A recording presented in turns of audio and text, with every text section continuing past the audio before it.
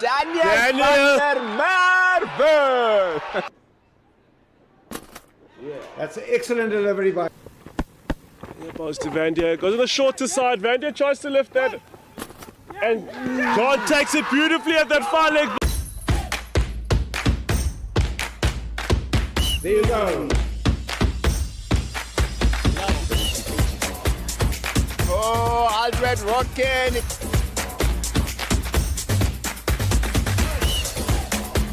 Oh, and what a...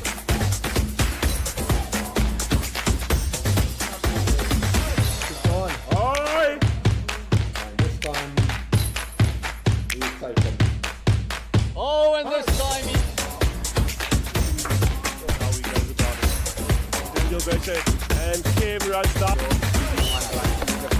And Masono Falls that!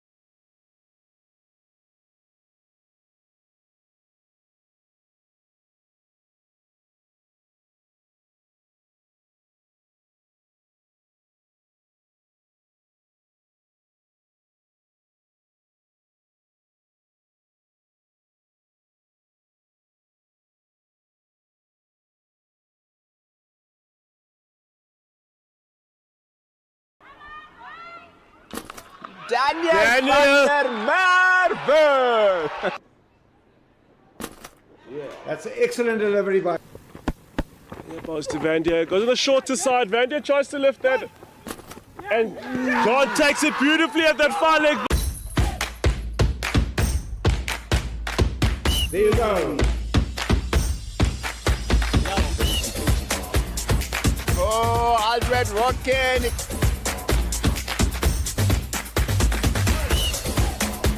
Oh, and what a...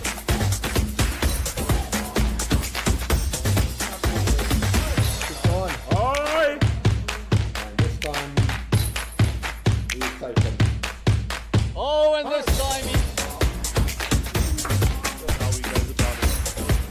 better. And Kim runs down. The final. And Masono Falls back.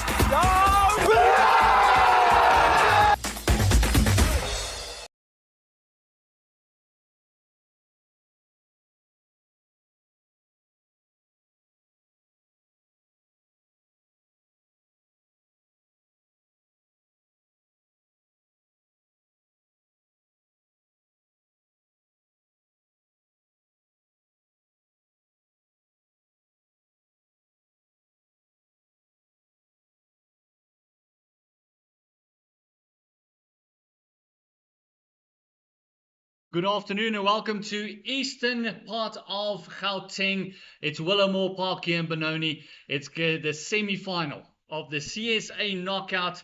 It is the hosting team Eastern Storm taking on the Northern Cape Heat, and it is going to be an absolute cracker. Total difference in weather than we experienced in that last game against the ACDC Express Tuskers. It is very gloomy, it's very cold. It is also very overcast, so no hesitation in bowling first when the Northern Cape Heat won the toss. And welcome once again to the CSA channel. Thank you for joining us. It is always a pleasure having you with us. Myself, Gert Maloney, and I'm never alone. And in Benoni, you're never alone. And it's a man that there's no grey areas. It's normally black or it's Brad White. Welcome. Thank you, Gert. Very excited about being here again today and looking forward to the match, the semi-final. At Willowmoore Park.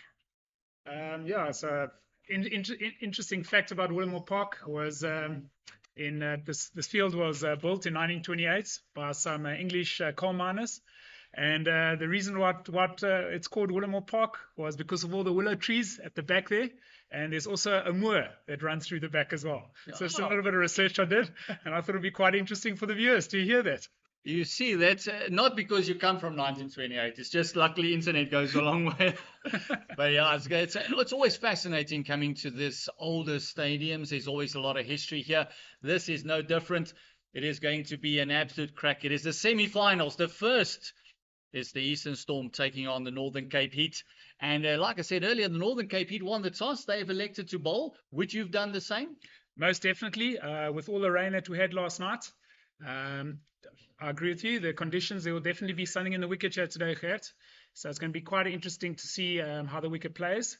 But just looking at them on the field there, it looks like they might be opening with a spin bowler. So that's quite interesting. But I think there'll definitely be something in the pitch. It might seam around a little bit. There'll definitely be some movement early on. Tepo Ntule is going to be the bowler. Is going to be opening up. We've seen them more of the teams opening up with spin. They rather enjoy. There's always something with that new ball for the spinners, and he's not someone that gives a lot of flight. He's in Ntule. No, exactly. A lot of the opening batsmen aren't used to facing spin bowlers early on, so it's obviously a good tactic. Let's see what happens. So the umpires today are Yuri Sadler and Karen Klaster, and our third umpire is Katsun Ntuli.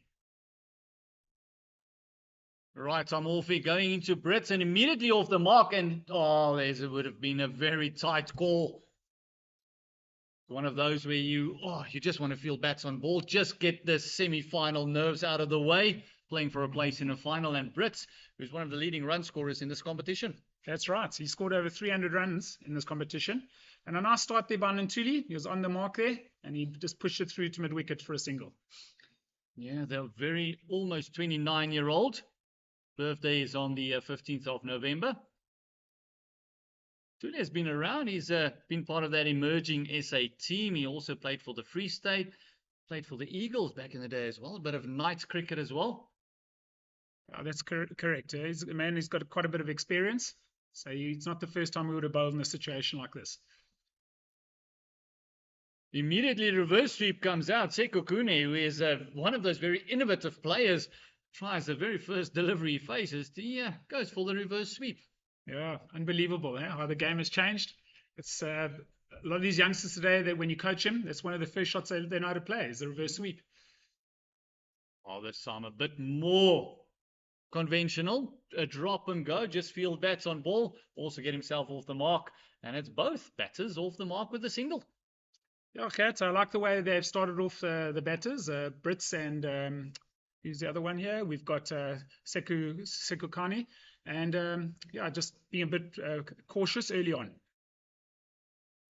Again, just a drop and go to the leg side.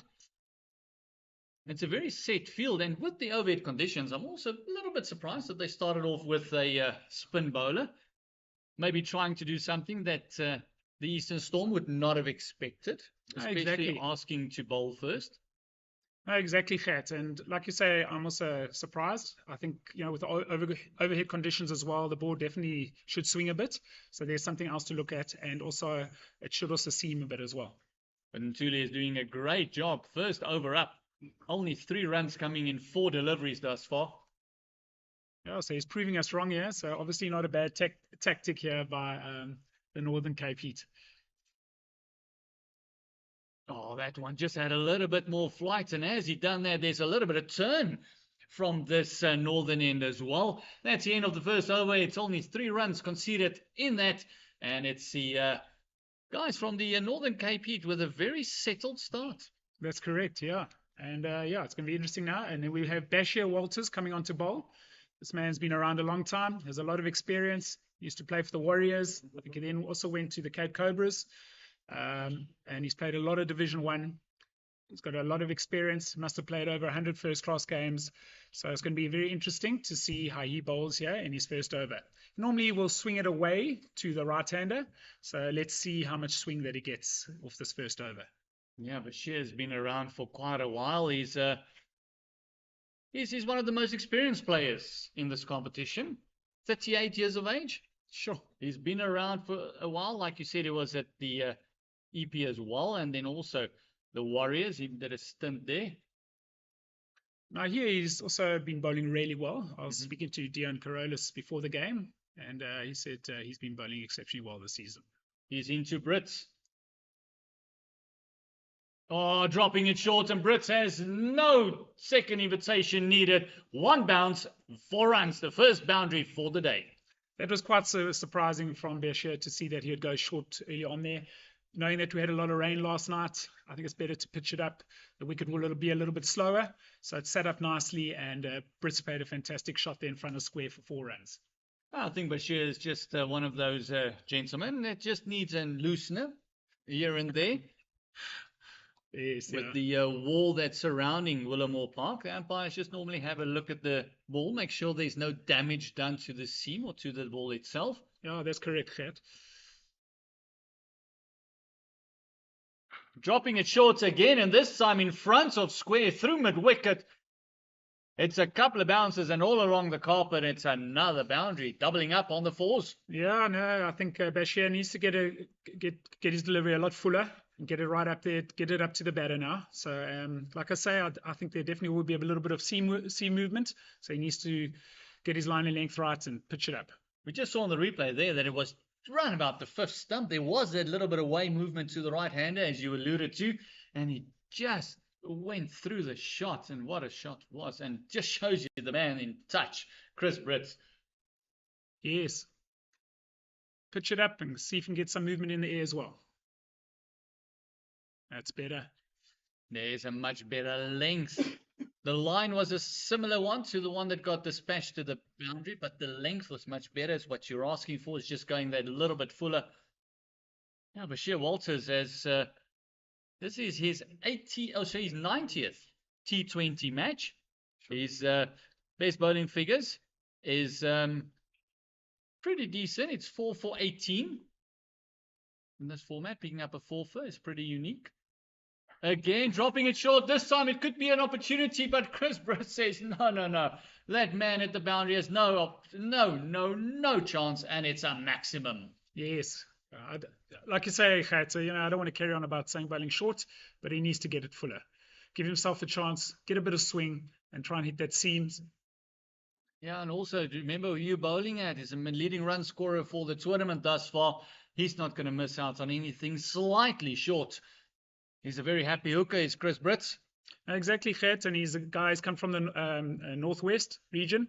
I remember umpiring him last year in a Colts match where he got 200. Last year he was playing for, if I'm not mistaken, he was playing for another union. It could have been Northwest, I think it was, and he got 200 in that match. So he's a man who can really bat. Oh, there's the length. There's the length. Just something spicy off the deck. And it could just be that seam that he hit there. And also maybe just a little bit of extra on that ball. No, exactly, Gert. I've umpired here lots in the past, and it's a really good cricket wicket. This, if anything, it's one of the quicker wickets in the country. And another thing about it, it just seems to get better and better. I've seen some first class scores being chased down in the last innings here, chasing 350, 400, which is very rare in cricket in South Africa. Lovely shot. A little bit of misfield there. Lovely shots, but it should have been stopped. And that just allows him to run through the one. It's CP Kleinjans there. They just at the misfield. Captain would not be happy with that. That's the end of the over. There's a second over gone and a very, very expensive over. 15 runs coming from it. 18 without loss for the Eastern Storm. Yeah, I think Walters will be pretty disappointed with himself. He obviously he will know that he should have bowled a bit fuller. Everything that he dropped slightly short, he was punished for it. So he'll realize that he needs to get his length fuller. We see the veteran coming into the attack. It is Hardus Viljoen, the big frame of Hardus Viljoen coming in from the north end. It's only the one overall spin. Oh, yes. This is going to be exciting on this deck, especially after that one delivery you saw from Bashir Walters. Hardus hitting the deck hard. His ball's a very heavy ball. That's right, Gert. Hardus Viljoen is a fantastic fast bowler, aggressive, and he's got a lot of experience as well. Just speaking to Dion again before the game, Dion Corollis, the coach of the Northern Cape Heat. Here he comes anyway. Oh, this one just finding the outside part of the bat. And it just shows that length, that late movement that he gets because he lets the ball go so high up in his action. Chris Briss just squirts one away down to third man. And he bowled a perfect length there. He had a little bit, like you said, it was late movement away from the bat. And that's exactly what you want to be doing here early on in these conditions. But just going back to the point about the coach. The coach was just saying how great Hardus Viljoen has been with the squad of these youngsters. And he was telling me how he's the first in the gym in the mornings, sharing his knowledge with these youngsters, with his vast experience. I think he's played in about 15 different teams around the world in all these different T20 competitions, and he was one of the Colpack players as well, so a man of vast experience. Oh, you can just get in the bottom edge and you just see how comfortable Sekokune looked there. He is someone that can hit just a back of a length. He does get more bounce than the normal bowler does because he's a very big frame. He's a big guy. Correct. And all that gym work is obviously paying off. Mm-hmm. So, exactly, Gert. He hits the deck very hard. So if there's anything in the wicket, he'll get some assistance. Yeah, he's played for Easterns before as well. He's played a stint here. And also his IPL, he played for the Kings 11 Punjab. Oh, a little bit of late swing. That one was looking like it was just going down leg. We can see where the keeper went. Yes, great point there, Gert. It was definitely going to miss leg. Good call there by Yuri Sadler.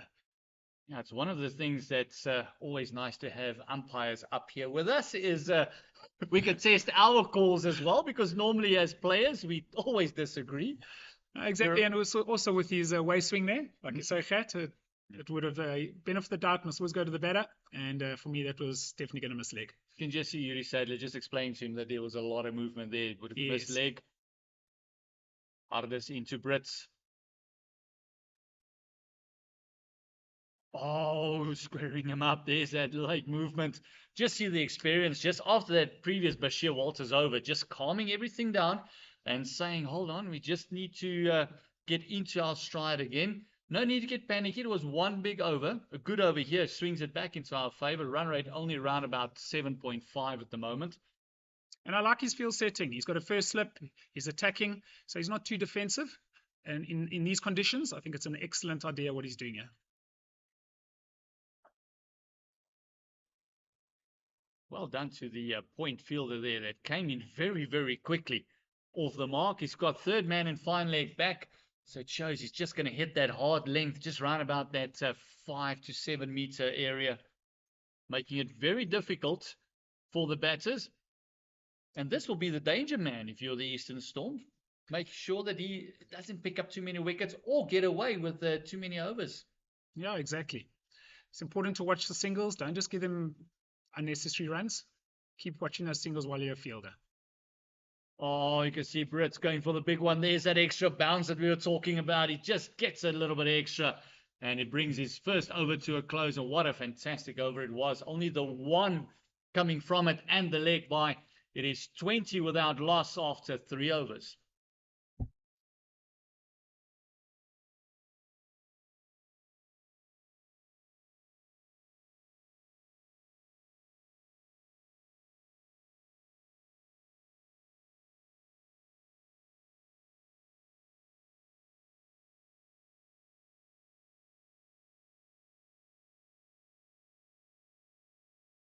Good comeback by Hardis, and just brought back that total back to 20 without loss, which it should have been, I think, on a bowling in these bowling conditions. All right, and then we've got Tepon Tule just changing ends.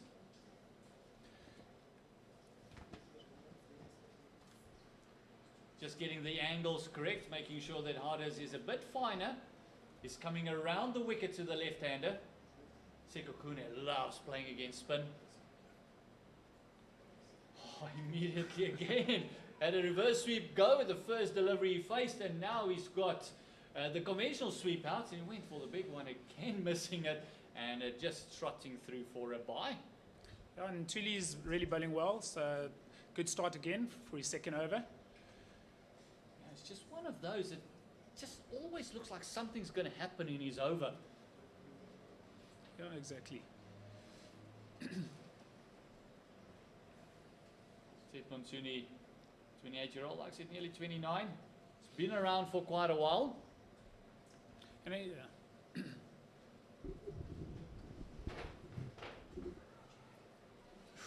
well, mix up here. Oh, he could have taken off the bells at end, and he went across the other end. Well, they managed to still get him out. Oh, what comedy of errors. If he just took off the bells, Chris Exactly. Brits would have been gone for all money. Yes. And then the throw went to the bowler, and you can see Sekokune just looking at the line and asking exactly how he was given out there. And the man that needs to go back. It's the first time in this season that there was miscommunication between these two openers. Yeah, correct. And like you say, the ball went straight to the keeper. What he should have done there is just taken off the bells straight away. And then if he wasn't sure if he was out or not, then he could have thrown to the other end. Yeah. Quite interesting. But anyway, they got a wicket. So they are 21 for 1 now. So yeah, it's a very close one. It's an unfortunate way for Sekokune to go. He's always given the Eastern Storm a very good start, a very solid start, and also a very quick start. As we see Dani Rousseau, the wicketkeeper, coming in for the Eastern Storm. And that's exactly what the Northern Cape Heat needed. They needed a wicket. The best way to bring down the run rate and to put a bit of pressure on any team is to get a wicket. Yeah, and also a dot ball. It's the 29-year-old coming to face the music. He'll be on the non-striker because that's where the throw went. Bit of a comedy of errors. You can see Sekokune is still not off the field. He's still having a hard time believing that he was run out there. But umpire Karen Claster saying you were short. Yeah, and she's in the best position to make that call. So quite an interesting field set that he has here. He has a mid-wicket on the boundary, and he has a long on the boundary as well. And that enables him to bowl a little bit straighter. He's got that sort of security on the boundary. So well bowled, just for the one. Yeah, and he's one of those bowlers that don't mind going straight. He doesn't mind actually getting hit. And we said earlier, it just always looks like something's going to happen in his over. No, exactly. And that was the most unlikely way for these two of the Eastern Storm to lose a wicket. And also the most unfortunate way, a run out in the power play is not what you want. Exactly. Rousseau is only his 18th T20 match.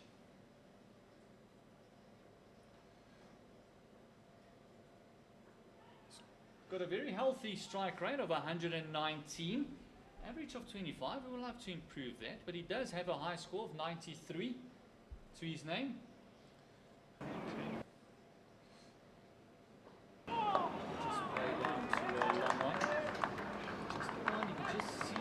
Brits turning, if there's any possibility of a second, he'll come back. Yeah, like you say, with Rousseau, he brought across one of his fielders from the covers to mid-wicket, which was a good move because it prevented a single with his first delivery, but then he managed to play the next one straight down to long on for one. Oh, this time almost sneaking through. Brits just getting the bats and closing up that gap between bats and pad. It is the end of the fourth over, 23 for the loss of one. And great news. Yeah, it we is have TS Fridays is back. That's correct. With our women's cricket side, that's in the UAE at the T20 World Cup, the RCC Women's T20 World Cup. They have now qualified for the semi-finals. So we have a Proteas Fridays back. Let's paint the nation green and gold every Friday as we stand behind our Proteas women in the RCC Women's T20 World Cup. Wear your Proteas jersey with pride and show the world our unbeatable spirit and catch all the action live on Supersport. At Always Rising at Waza Nawe. Waza Nawe. We've got to support the ladies in the semis. If they can bring the cup home, oh, that's a discussion at the CSA get-togethers. Will change a lot with the guys. They'll probably tell them, you go sit in the back. We brought a cup home. Ardis Viljoen into the attack for his second over. And just making sure that the angles are correct. Just wants Iran to go a little bit wider. It's middle, he's round about almost between middle and extra cover. This one just worked off the legs, just a little bit too straight. Did not get the same movement as the previous one. A chance. And a very quick run taken. What's the signal of the umpire? He says, no, you got a bit of a scratch on that one. It's 2 runs to Rousseau, Donnie Rousseau. Yeah, excellent running there. And with Hardus here, he's brought in a second slip, which is very interesting, and I like to see that. They've been attacking, and that just tells you that there's something in the pitch. So I think it's an excellent move here by Captain Haasbroek. Just keep attacking with your main strike bowler.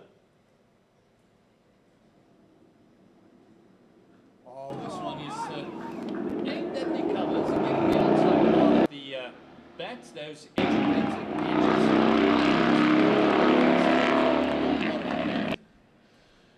And if the Northern Cape Heat, if they can pick up another 2 wickets in the power play over, then they'll definitely be in the driving seat. So I really like their tactics. And wickets is one of the best ways to keep the run rate down and to get on top of the other team. So if they can have them 3 down or 4 down, I think it's a great move at what they're doing. Oh, this one just a little bit too full, floating it up to Chris Brits, and he thought that he missed out on that one, hitting it straight to that man that is wider in your conventional middle position.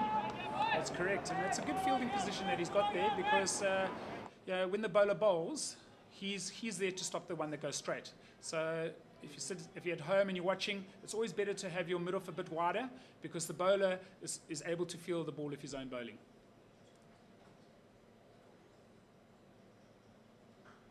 Hitting that length once again.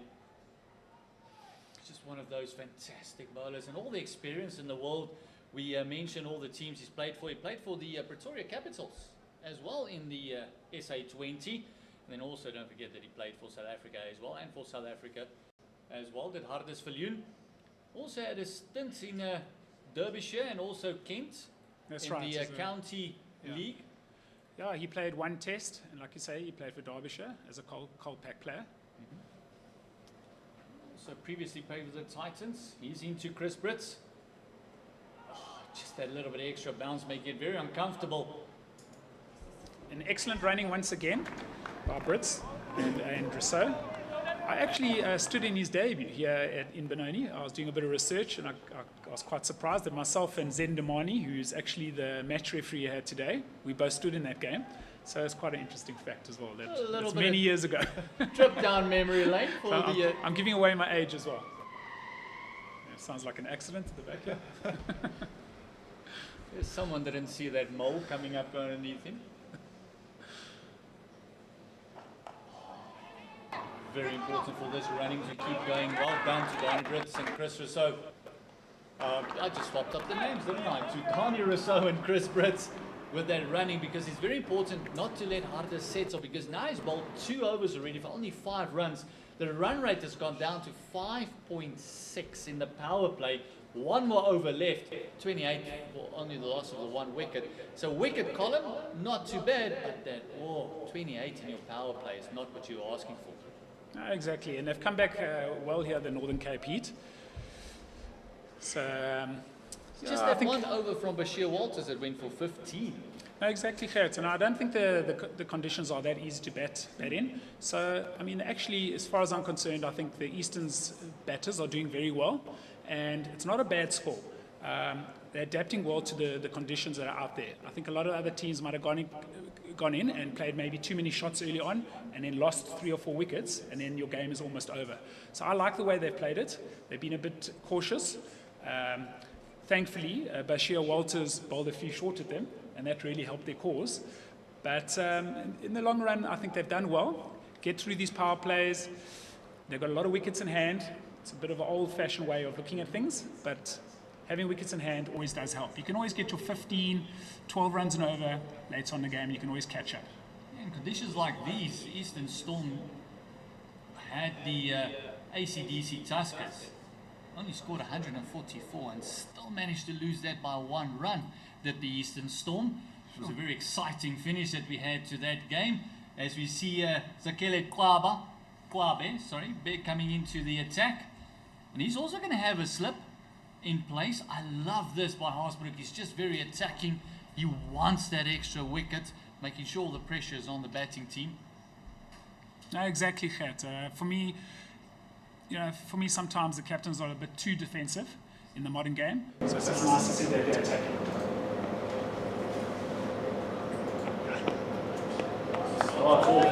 Very lucky to get away with that one. That was very close to the indicated wide line. I think it was a good call there by Cluster inside the red line, which is perfect. I think it swung quite a lot after it passed the wickets. So well done, Cluster. Cluster is one of, it's a second year on the panel, and she's one of our up-and-coming umpires. She has stood in already some T20 international matches and ODIs in the women's competition. It's nice to see we got more and more women involved in cricket. We saw Hollywood Bets also coming on board with the Pro 20 and the Pro 50 for the ladies. This being the second season, they're all contracted players. Most definitely, and the women's game is really growing. And like we just spoke about the Women's World Cup, how well they've done. They're in the semis. The last World Cup, they made the final, which they lost against England. So let's see if they can go one bit better. This one is played behind square. It is fielded well, and as I say that, he gets a bit of a thumble. Had a long chase down there. Lucky he recovered from it, so didn't cost them any extra runs. Emmanuel Motsiri there. Just having a bit of a thumble, just allowing them to come back for that second. So, like I said, Cluster has stood some international matches, ODIs, and in the women's competition, and also T20 internationals.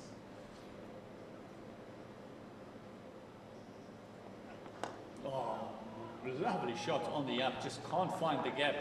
Bashir Walters just finding his feet as well. Zakele Kwabe doing a great job on this over thus far. Only the 2 runs coming from it. 2 deliveries left in the 6th. That means the power play is not going to have too many damage for the Northern Cape Heat. No, exactly, and like you say, both batters are batting at like a runner ball around that, sort of like Rousseau's faced 9 balls for 7 runs, and Brits has faced 18. So I wouldn't be too worried at this moment in time if I was Easterns. I think they've got a nice solid platform, and I'm sure they're going to start moving. They'll be a lot more positive as the game goes on. Yeah, it's 1 or 2 injuries concerns that the Eastern Storm has. It is Rasamene who bowled a brilliant last over. Picked up 4 wickets, 3 of his own, and also run-outs in that last over, out conceding a run. He is a bit of a hamstring niggle. Short again. That man at deep square coming into play. Motsiri just picking it up, launching it back to the keeper. And that was fine for Kwabe. Very good over there by Kwabe for his first over. And good tactics. He's got 2 guys back. He had 1 guy behind square on the boundary and 1 fine leg on the boundary. So with him bowling his short ball there, he's bowling towards his field. So he only went for 1 run there. Yeah, so only 3 runs coming from that over. That means power play is done and dusted. 31, and only the wicket of Sekokune, which was a confusing run out. Correct. For us and for them on the field, because Yeah. it was something that shouldn't have happened. Both players could have been out. Sekokune was the recipient of the horrid finger being lifted. And with the essence that ignites a hometown pride, the T20 knockout competition promises not just to be pure excellence, but a celebration of communities, share values and the passion that unites us. We can call all fans, rally behind the teams. The players' gears are up for showcase their process on the field and stand a chance to win great prizes. That website that needs to be open in your browser if you're a cricket lover is www.cricket.co.za for more information. Woza Nawe, hashtag be part of it. And talking about someone who's going to be part of it, Bashir Walters changing ends and hopefully but changing fortune as well. Coming in from the north end, he's into Dani Rousseau. And this one played beautifully on the up. Mutsiri there on the fence just having to run again and making the long yards. And it's 2 runs the first delivery from Walters. Again, just that tad short. No, exactly. You know, he needs to get his length a bit fuller. And like you say, with him changing ends, hopefully he can get that length better.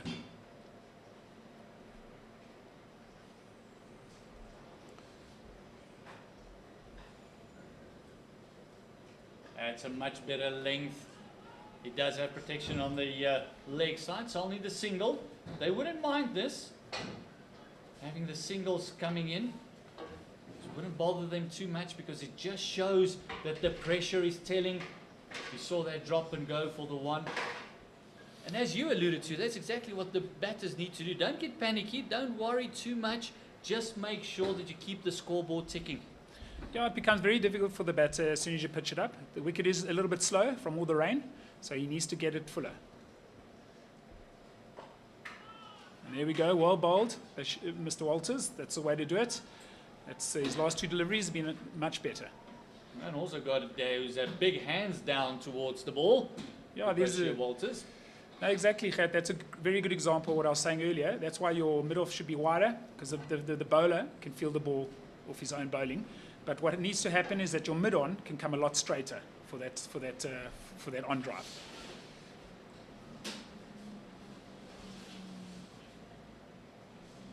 Using his feet is Chris Britz, and another dot delivery.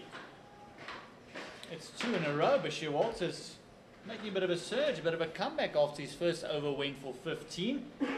And that was good fielding by Ntuli. It's important to keep watching the singles while you're in the field. Keep the pressure on the batters. Don't give them easy runs, because that just releases all the pressure.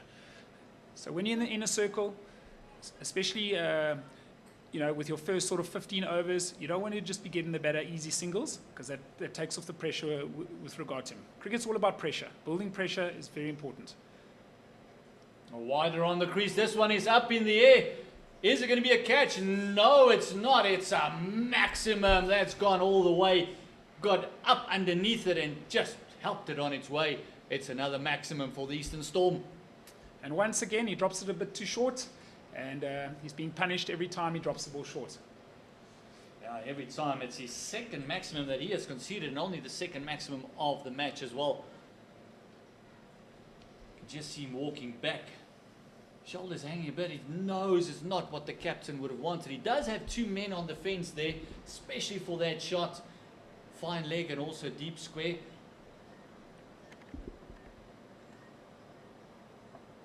Oh, this time moving the feet. This is an opportunity. It is a fantastic effort on the man on the fence there. What an effort it was. Just couldn't stop it. He went for the catch. Instead, it went for 4. It's just not going Walters' way. And I think also Walters maybe hasn't analysed it enough, is that the fact that he's bowling to the shorter boundary on the leg side. So the batters have worked it out pretty well, and they've realised that if you bowl short to us on this when he bowls from this end, then they're backing themselves to clear the boundary. Ronan Herman, the man with a fantastic Superman effort there. That would have been one of the catches for the highlight reel. And now he's got to make the long way all the way across to the square leg on the other side. And we have a change of bowling here. The captain, the skipper, Haasbroek, is coming on. Very useful off spinner. So it'll be interesting to see how he bowls here. Ruan Haasbroek bringing himself on. And Brits is obviously trying to be a lot more positive now with that last shot that he played. So they've got a nice, very good start. They're 44 for 1. So now the batters will take a few more risks, look for more boundaries.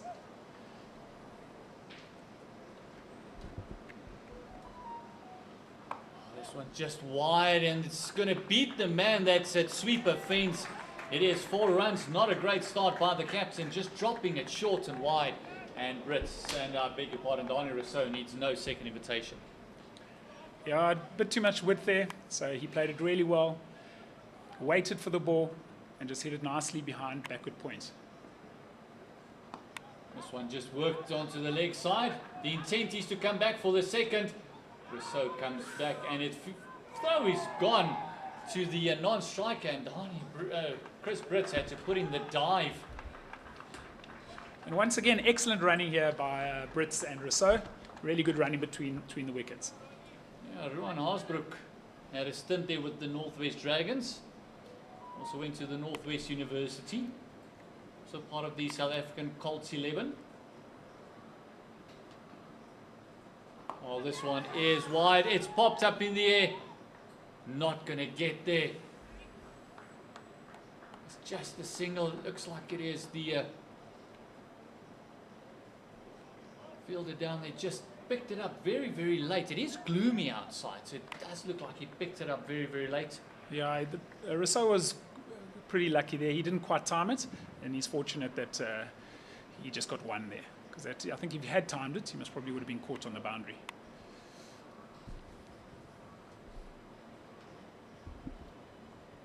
Just a little shimmy to the leg side. Haasbroek obliging. So Haasbroek just seems to be struggling a little bit with his line. This is his first over, like you say, so I'm sure once he gets into his rhythm, he'll start bowling a better line and length. But Haasbroek's also a very useful batter. Hits the ball extremely hard. Good all-round cricketer. Great chase there by Haasbroek off his own bowling. Almost making it all the way to the circle, only ensuring that it's one. There's still one delivery left in this over, and his best bowling figures is 4 for 28. He's got an economy of just under 8, which is, you kind of want it closer to around about the 6, but his economy is not too bad. Strike rate is 18, which is phenomenal, so he does pick up wickets at regular intervals. This one just dropped short and it worked down to the leg side. That's the end of the 8th over. It is 55 for the loss of 1. And the partnership has moved on nicely to 33. That's off 26 deliveries, and rebuilding after that first few overs that didn't go quite as well. Exactly, and the situation of the game is nicely poised at the moment. 54 for 1.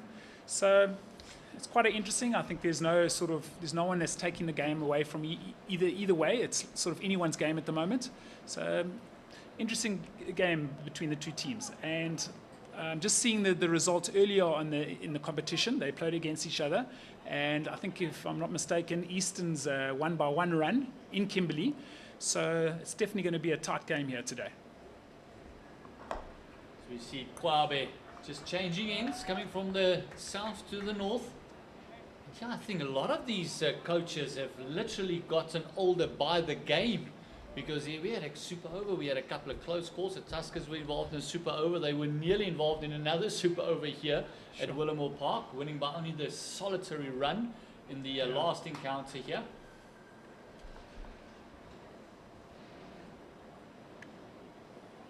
Oh, this one dropped short, and Rousseau had a full go at that one. Not timing it, just picking out the man at deep mid wicket.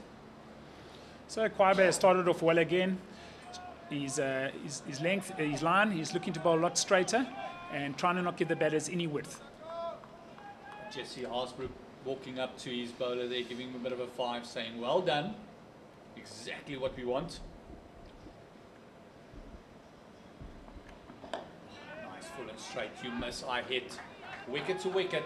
This is what Kwabe does. He is one of those who can control that middle part for you. Oh, they seem to have a very experienced bowling lineup. A lot of their bowlers have been around for quite a while, so they know what they need to do.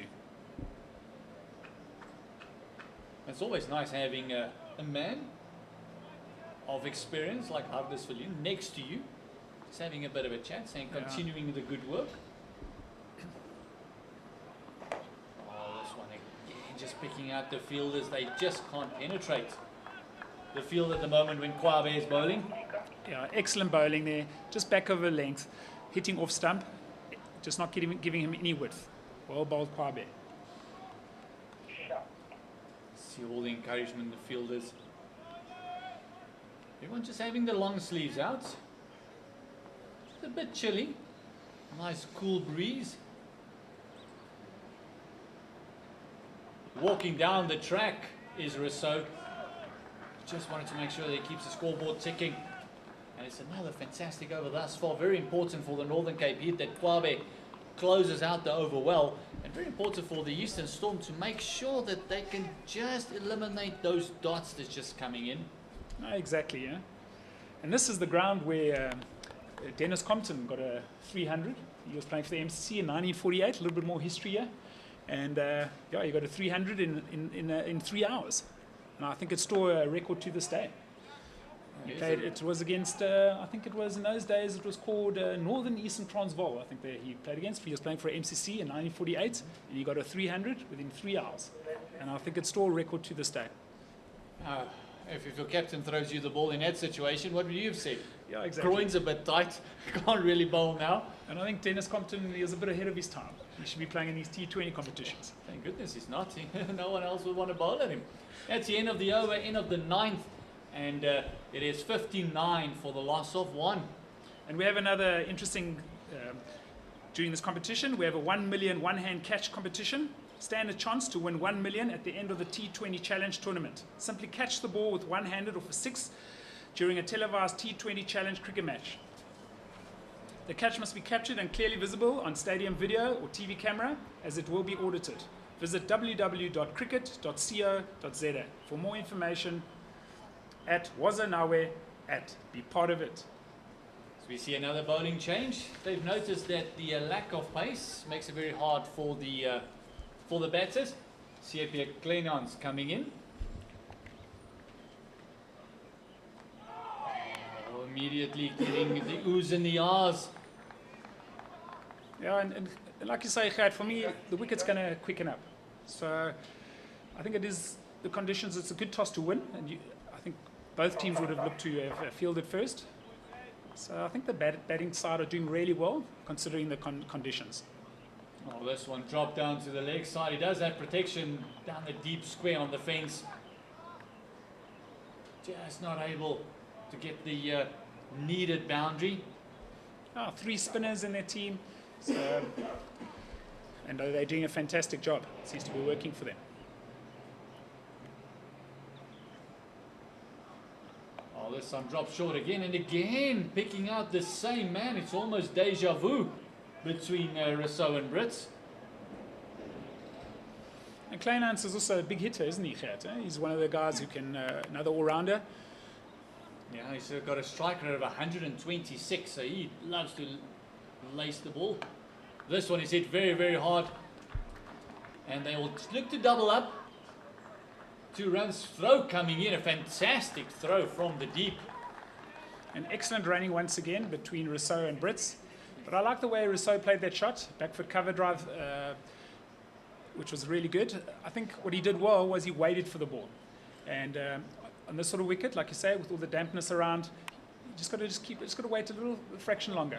That one did not go according to plan. That must have just got stuck in the fingers. I think he wanted to bowl a bit of a leg break there, and it just got stuck. A big wide, and also 2 runs coming from that delivery. Yes, he was fortunate to get away with that one. Now he's got a 45, but he's got no one behind square on the leg side, and you just feel that Honor is so could kick himself that he got away with that one.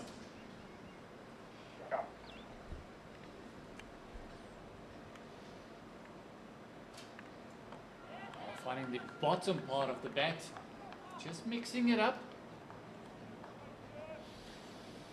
Yeah, so just checking out how they're doing at 64 for 1.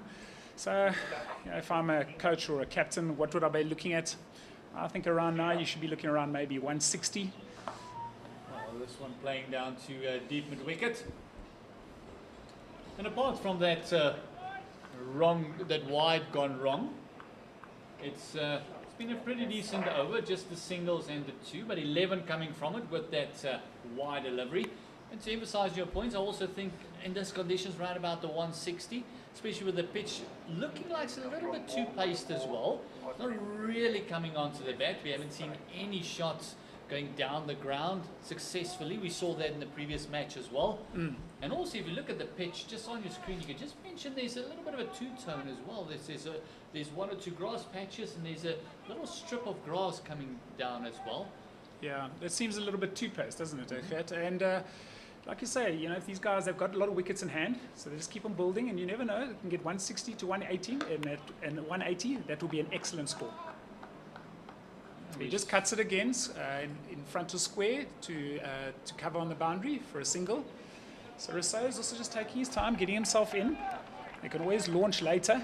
So, yeah, I think this partnership is very important. Like in any cricket, partnerships are very important. So they're looking good here, Easterns.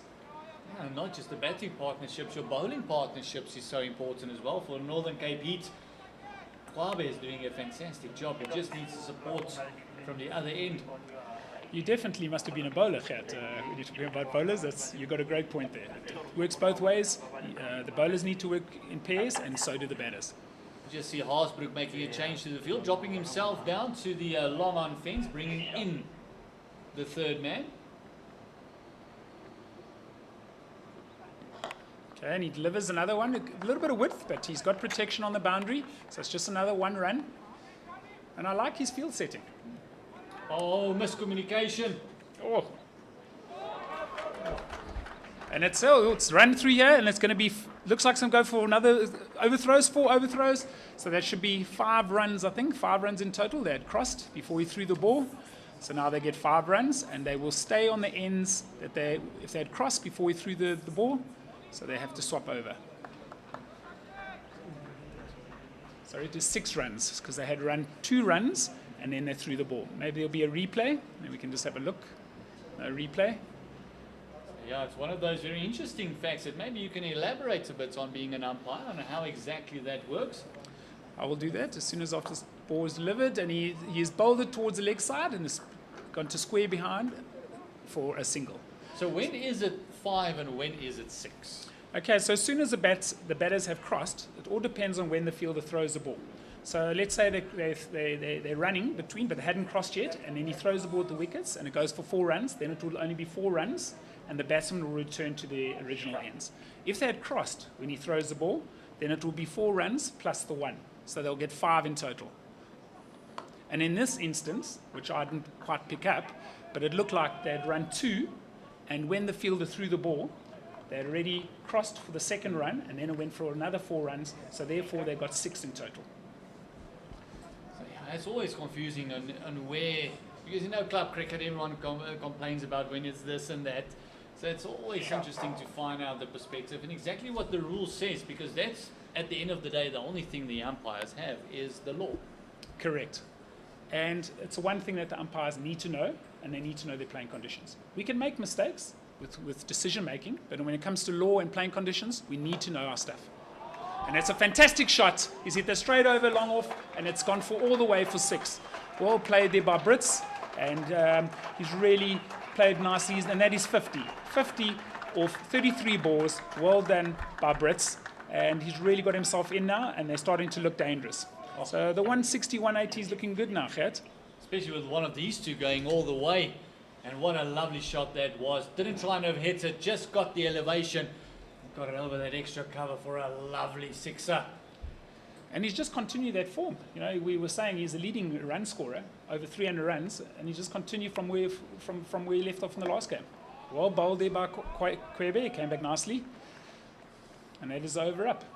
Yeah, you can see the little bit of frustration after those overthrows, did not like that one bit, and that all of a sudden has messed up his figures.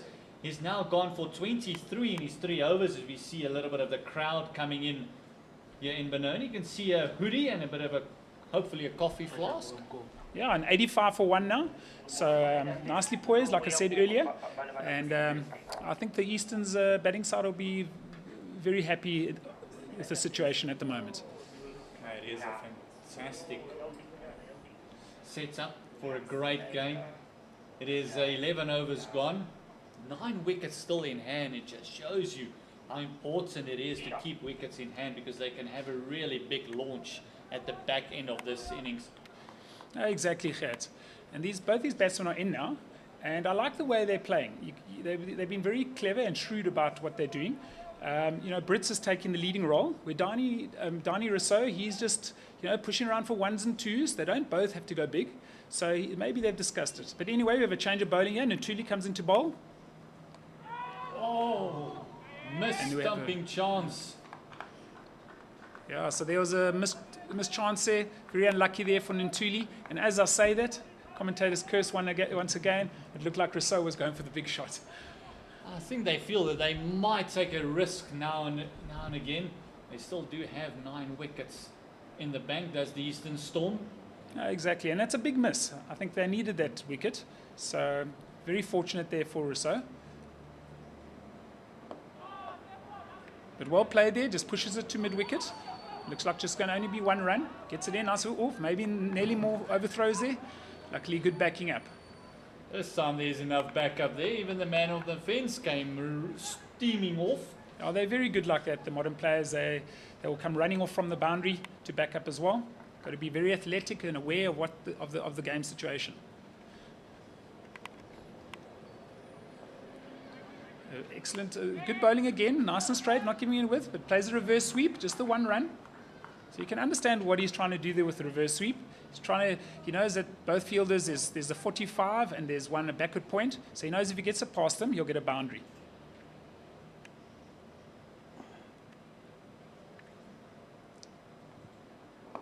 Another again, good bowling, just pushes it nice and straight, not giving him any width, just pushes it to the long mid-wicket boundary. Just 1 run again. Yes, those ticking the scoreboard the whole time, making sure that they keep up with the run rate. They've picked up the run rate to about 7.6 now. Oh, went nice straight, walked across it. Bit fortunate the batter there, but it looks like it's going to be a boundary 4 here. Yes, excellent shot, walks across, being a bit innovative. He needs to take a few more risks now, Rousseau, so 4 more runs. Got a little bit of bats on it, well played. Yeah, he just got enough bats on it, making sure that it goes behind the keeper and to the right of Bashir Walters.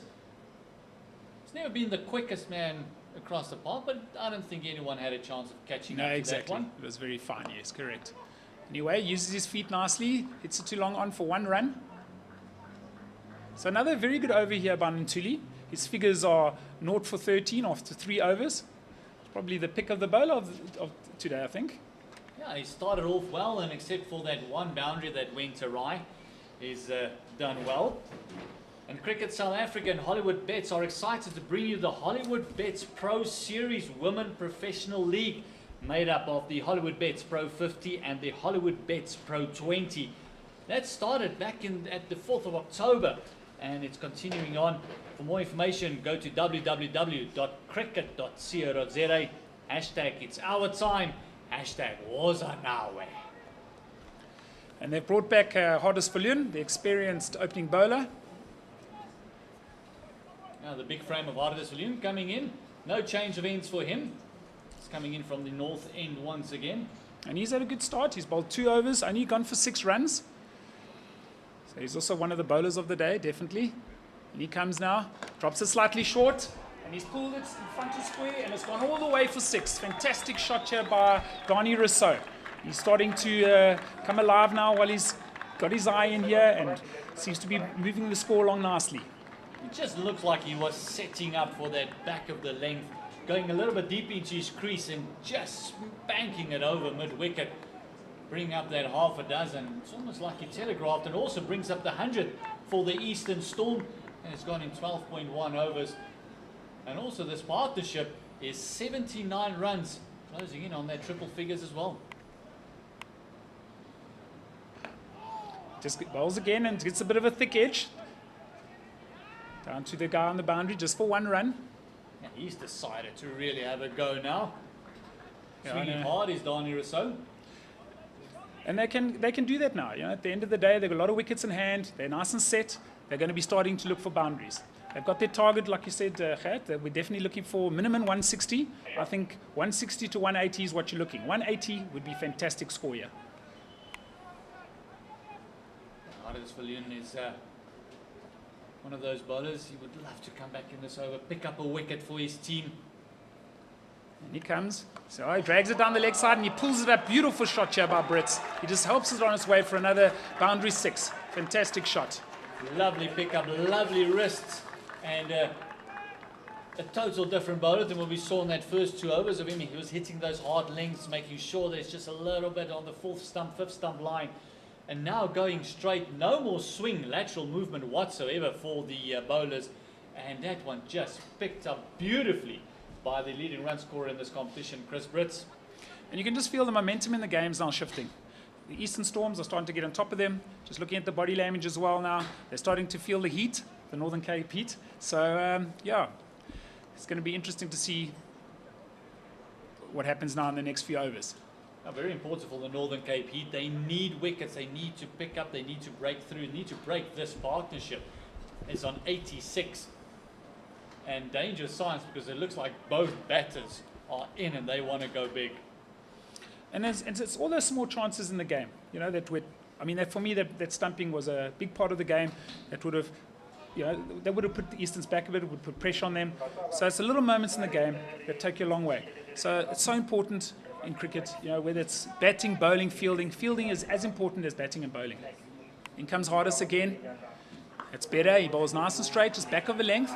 A good running here by Brits and Rousseau. They're not forgetting their singles. Keep the board ticking. It's not all about 4s and 6s.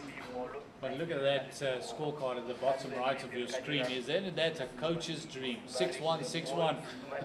After the 6, don't get overexcited. Don't go for another one. Just drop, get the single, get yourself to the other side, especially if you're going to set batter as well. Oh, great point, Gert. We always get told once you've hit a boundary, look for a single for your next delivery. I'm going to let your adrenaline take over. In comes Hardis, big bustling Hardis. Good, excellent running once again here by Rousseau and Brits. Takes a quick single to mid-on. Yeah, you can see him just looking at the splice of his bat, asking for a new bat. It did not sound good from even up here.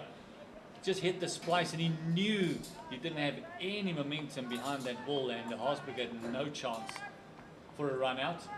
Direct hits always puts a bit of doubt in the umpire's mind, doesn't it?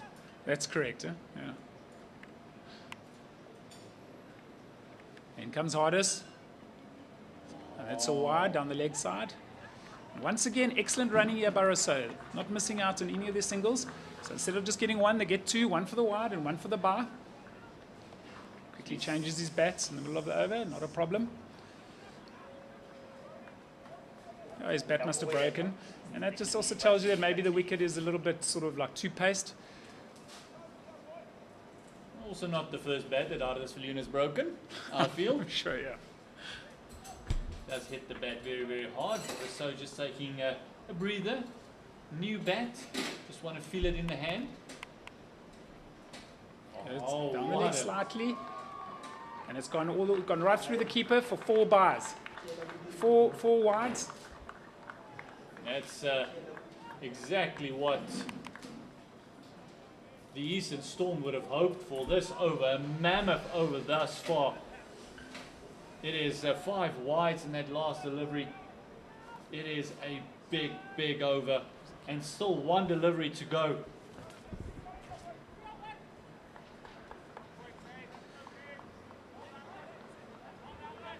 A little bit disappointing there by Detheko, letting it go for 4 bars.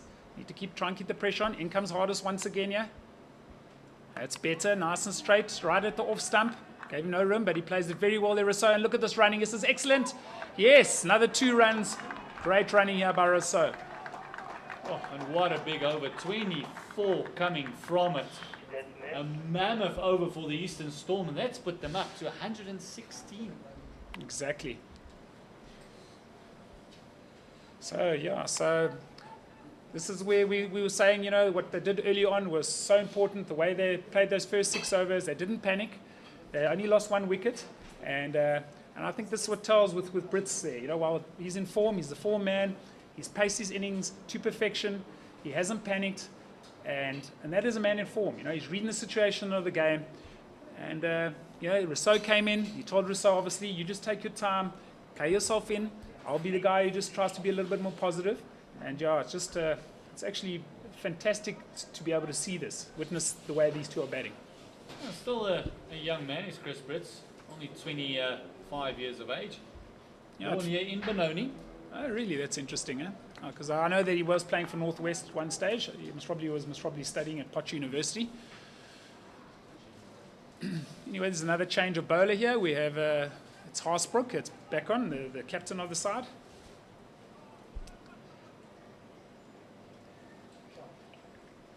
So he bowls. Beautiful shot there. He gets it past the backward point and the 45, and it's gone all the way for 4 runs. Lovely shot there by Brits. And the Eastern Storm now, they really are starting to take this game away from them, Yachet. You know, I said they were looking at around 160 to 180. You never know, they might even get more the way they're going.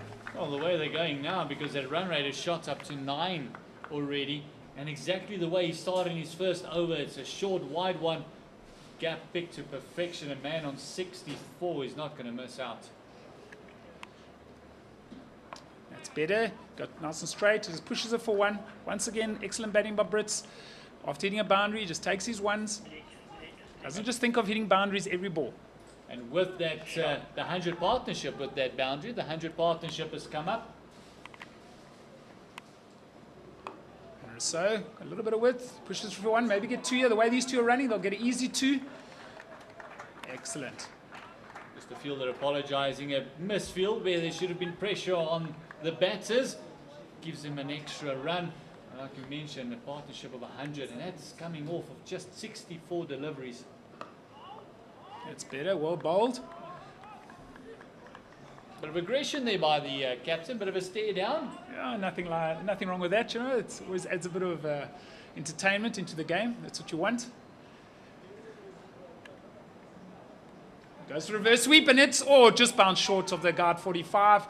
So it was a great effort there by Kwabe. Nearly got his hands underneath the ball, just out of his reach. So luckily, once again, Rousseau, a little bit fortunate there. Didn't time the ball quite like he wanted to, and he got away with that one. But once again, good running. Eh? I think that ball carried, to be honest. A little bit of a quicker delivery. He just pushes it 45, just gets a single. Good fielding. Big nose, big yeses. Everyone shouting there in the middle. Yeah, no, it's all making happening. sure that there's no extra runs. Okay, and the score now at the end of the 14th over, and the score is 127 for 1. Yeah, 14 gone. Haasbroek. And it's another fantastic over for the Eastern Storm. 9 runs coming from it. Run rate is at 9. Partnership 106 of just 67 deliveries. So these two have built up after that disastrous run out in the 3rd over from Sekokune. And that's about the only thing they've done wrong, the Eastern Storm, was that run out. And they could have actually got out Brits. The keeper had taken off the stumps his end, instead of throwing it to the bowler's end, they would have had Brits out. But anyway, it's cricket, and we now have Kwabe that's come back on, the experienced Kwabe, who's bowled 3 overs to 23. It's his last over. You can just see Haasbroek and Viljoen having a bit of a chat there, a bit of a midfield conference, deciding what we're going to do, where and when. What's the plan? Desperately for a wicket is the Northern Cape Heat. Most definitely, Gert. And that's what we love about T20 cricket. The game can change very, very quickly. And like you say, they pick up a wicket here, suddenly they pick up another 2-3 wickets. Now, I remember when I was younger, we always told, always add 2 wickets onto the score, Gert. And suddenly there could be 127 for 3. That'll bring down the run rate in the games. That's T20 cricket for you. It changes so quickly. Anyway, here he comes in. Top shot once again, straight down to long off, just for one run. Got protection out there. As the captain himself, who's put him on the fence there, Ruan Haasbroek. More than happy with the ones. Chris Briss just signalling to the dressing room and asking politely for the captain. Just needs a pair of gloves. Here comes Kwabe once again. Tries to play a little lap around the corner. Didn't quite come off. Gets a single though, so not too bad. But Rousseau seems to be pretty disappointed with himself. Yeah, he doesn't look happy whatsoever. He wanted that to go in between the keeper and fine leg and found its way all the way to mid-wicket. Yeah, and it's not the easiest shot to play, so getting one's not a bad thing. But definitely now the Eastern Storm are on top. You can just feel, looking at the body language of the field as well, they're feeling the pressure a bit here. I think we're in for a very interesting game here today, Gert. It's yeah, very exciting match on our hands here. Lovely shot there, given a bit of room, just pushed, cut for one. He's got that interesting field setting now. He's got like a backward point on the boundary. It's a new fielding position that I've seen in the last year or two. Yeah, he's got that deep point on the fence. He's also got his sweep out on the fence. Then he's got the two men on the leg side. He's got that deep square and deep mid-wicket. So they were, mid-on is in the ring and his mid-off is on the fence as well. Yeah, exactly.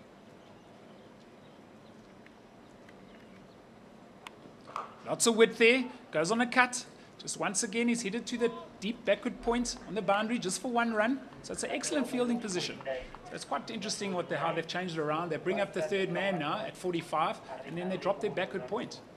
You know, in our day, it was always the point up and the third man, and you had a cover on the boundary. So it just shows you how the game has developed. New tactics, new way of thinking, and also bowlers need to execute that plan to perfection. Nice and straight, headed towards mid-on to Huddersfield, but it's just one run again. Oh, this is quite interesting. I was watching a game on TV in Australia. I think this Labuschagne, he plays for Australia. He had a guy behind the umpire fielding. It's very interesting. It must have been a 4-day game, and he had a fielder standing directly behind. You got Yuri Sadler here umpiring, and he had a guy where his run-up is. He had him directly behind him. Where about his run-up starts, he had a fielder straight behind Yuri Sadler. Once again, trying to keep it nice and straight, not too much width. Slow ball bouncer. And he just well bowled there by Kwabe. Just another single. That was a good over by Kwabe. He's finished his spell. He's bowled 4 overs for 29. Very well bowled. And the score is 133 for 1. And Dani Rousseau has just reached his 50. Well played, Dani. Yeah, it's one of those that just lobbed up. It's just that two-pace nature. It makes it very hard to actually hit through the line. And even when the ball's on the up and you almost try and flat bat it, it's just that change of pace from Kwabe in that over. Well done. You can just see the players have a bit of a drink. They look exhausted. A partnership of 112. And Dani Rousseau reaching his half a century. And also 69 for Brits. And then we have another Warzanawe T20 Challenge 1 million student giveaway. 10 lucky students stand a chance to win up to 100,000 Rand towards the outstanding tertiary fees by simply attending any of the T20 Challenge game.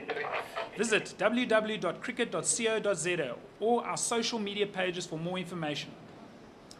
At Warzanawe Student Challenge, be part of it. You can all be part of it, and how great would that be for the... it's actually not for the players, for the parents. Take your kids take all your students to the games. Make sure you're on the matches. Take that catch, and you can win your share of 100,000 Rand to your tertiary and your education. How brilliant that would be! Well, I would love it, Gert. My daughter is now 21. She's doing a 3rd year studying at Tuckies. Oh. She's going to be a teacher. I would love to win that competition.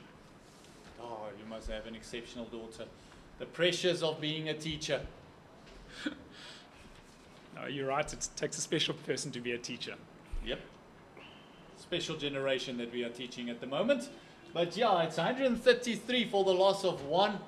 It is only Sekokune who got run out in the 4th over. That was the loss for Eastern Storm, and very much in the driving seat at the moment. 15 overs gone, 5 to go. You said about 160. They might be looking at 180, 185 from this position. No, definitely.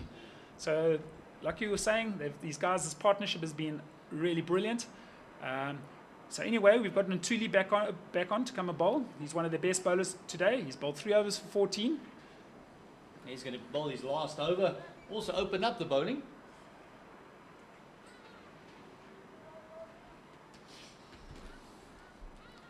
So just a little bit of a break in play there. And, oh, he just clears it over extra cover's head there, and it's going towards a boundary, but good fielding by the fielder. It should be 2 runs. 2 runs by the fielder.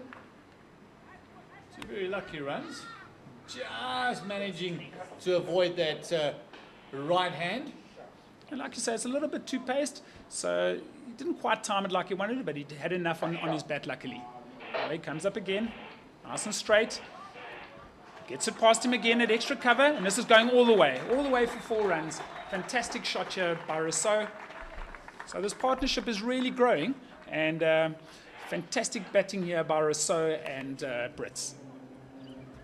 That's fantastic batting. These two's partnership has come off 75 deliveries. It's come in double quick time. It just shows you the value of just staying in and making sure that you're batting deep in these T20s. Exactly. So interesting field set he's got here. He's got a 45. He's got a backward point. They're very close to each other. You've got your 45 is also pretty fine, and then he's got his also 45 on the leg side. 3 up in the inner circle. So everything in front of square is pretty open. He's got 3 on the leg side on the boundary, a long on, mid wicket on the boundary, and he's got his sort of square leg on the boundary as well. Just got the one guy in front of square, which is the extra cover, where both balls have been hit past him. So in he comes again in Ntuli. Walks right across, and he just helps it over the top, and it's gone all the way for 6. Brilliant shot here by Rousseau, and Rousseau's really taking this game forward now. He's taking the leading role a bit away from Brits, but like I said, I think they're both looking to score and be positive now. Both of them, they're both set, so they will be definitely looking for the boundaries, eh, Gert? Yeah, they're going to go big. I mean, they got 9 wickets in hand. They're busy with the 16th over. I don't think that anything is going to stop these two from going for every single delivery. It is a mammoth total that we're looking at in the Northern Cape Heat. Oh, they need to pick up wickets. Both these guys need to go back to the dugout for them to stem the flow of runs. Yeah, and he's walked across again, and he's played exact same shot. Didn't quite connect it the way he wanted to, but it's going to run all the way for 4 more runs. Fantastic batting here by Rousseau. Oh, same shot, deja vu, just not the connection like he did with the first one. And just slowed it up in there, and what a shot that was. It's the second one in a row where Bashir Walters can just turn around and fetch the ball at the fence. Yeah, and you took the words right out of my mouth. They need wickets, the Northern Cape Heat. Bowls again. Oh, he's got well, they're nice and straight. And yeah, looked like a very good decision by Kieran. Looks very straight. I think it was out LBW. I'm not quite 100% sure from where we're looking. But anyway, let's see what happens.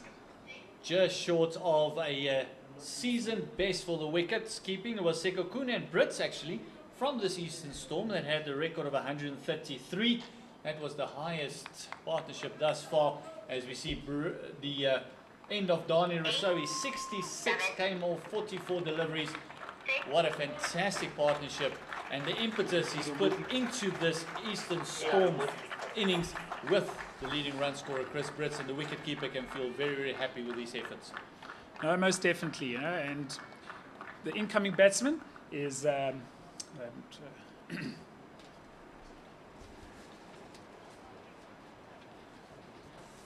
it not Grant Thompson? Mm-hmm. Is it Grant Thompson, the captain of the Eastern Storm?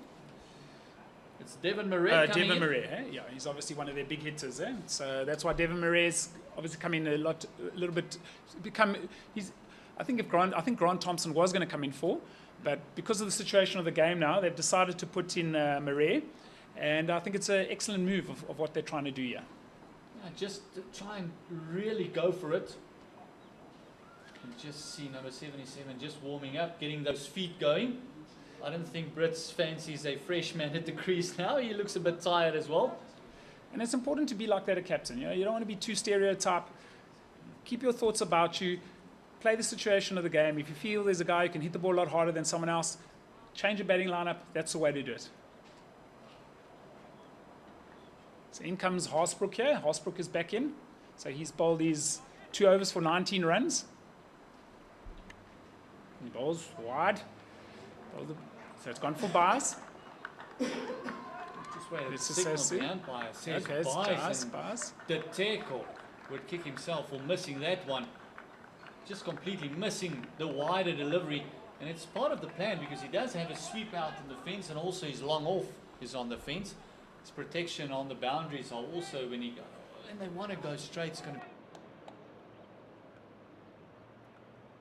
a deep square, and also his long on the fence. Gone wide again, like you said, and gone nice and full. Just the one run, so that plan worked. But I think Haasbroek would have been pretty upset about that. Okay, it's for me, the keeper should have definitely have stopped it, and that's not what they wanted. Just keep some momentum going for the Eastern Storm here.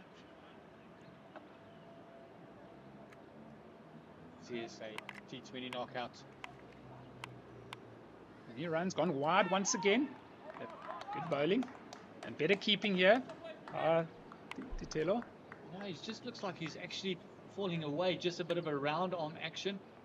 Getting it nice and quick, and it's played through extra cover for a 4. Fantastic shot, yeah. He just waited for it, timed it beautifully, just wide of the guard, extra cover there, and the cover boundary on the field couldn't get around to stop it. A lovely shot there, just leant on it. Just that extra pace that Haasbroek is bowling it at just gave him the opportunity to really just go for the timing.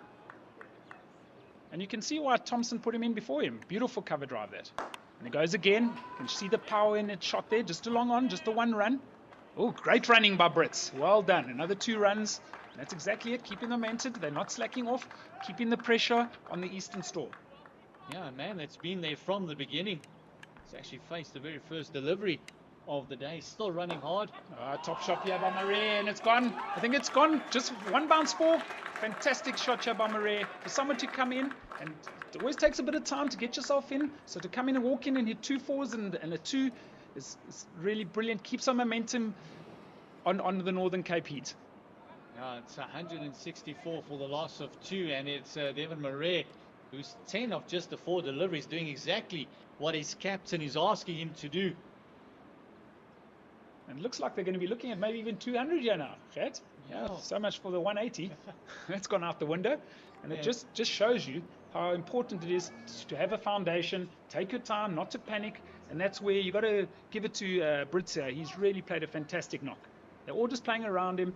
And, yeah, their partnership was huge. And anyway, we have Bashir Walters has come back on. Yeah, he's replacing Ruan Haasbroek. It just went for another big over. And maybe 14 runs coming from that over as well. And maybe Walters can turn it around here now, Gert, and who knows, maybe picks up 2 3 wickets here. Let's see if he can come back from how he bowled earlier. He's bustling in. Oh, what a fantastic shot. Brits just gives himself a bit of room and just helps it between 45 and backward point, and it runs all the way for 4 runs. Excellent batting. He's a man now. He's got his iron. He's really feeling on top. He can feel that he's on top of the bowler.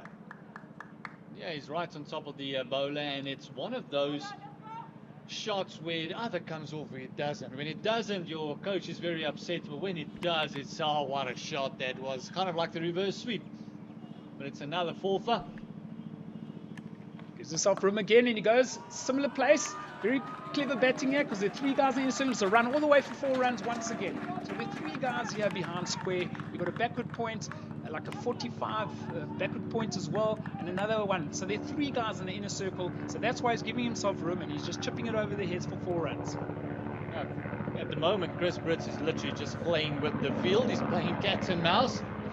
He's definitely a man in form, so he must be, close to 400 runs here for the season in this competition. The T20 competition, that's great going. At the moment, Chris Brits like Bob Marley, all he sees is grass. And it looks like they're keeping the same field. Now they've got 4 on the offside, so there's no one behind them. So he's definitely going to still try and give himself a bit of room. It's going to be interesting to see how Bashir Walters is going to bowl this ball.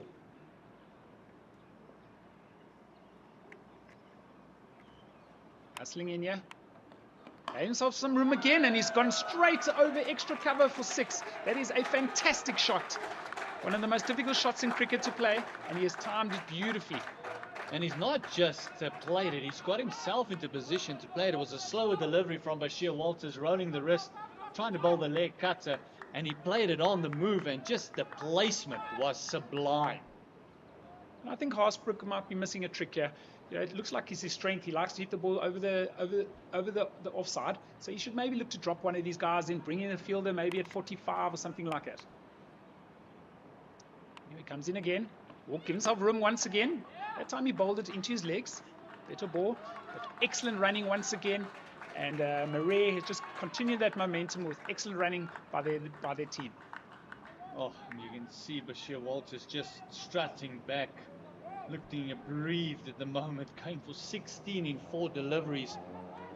His 2.34 overs have cost him 44 runs, and without success, 180 on the board.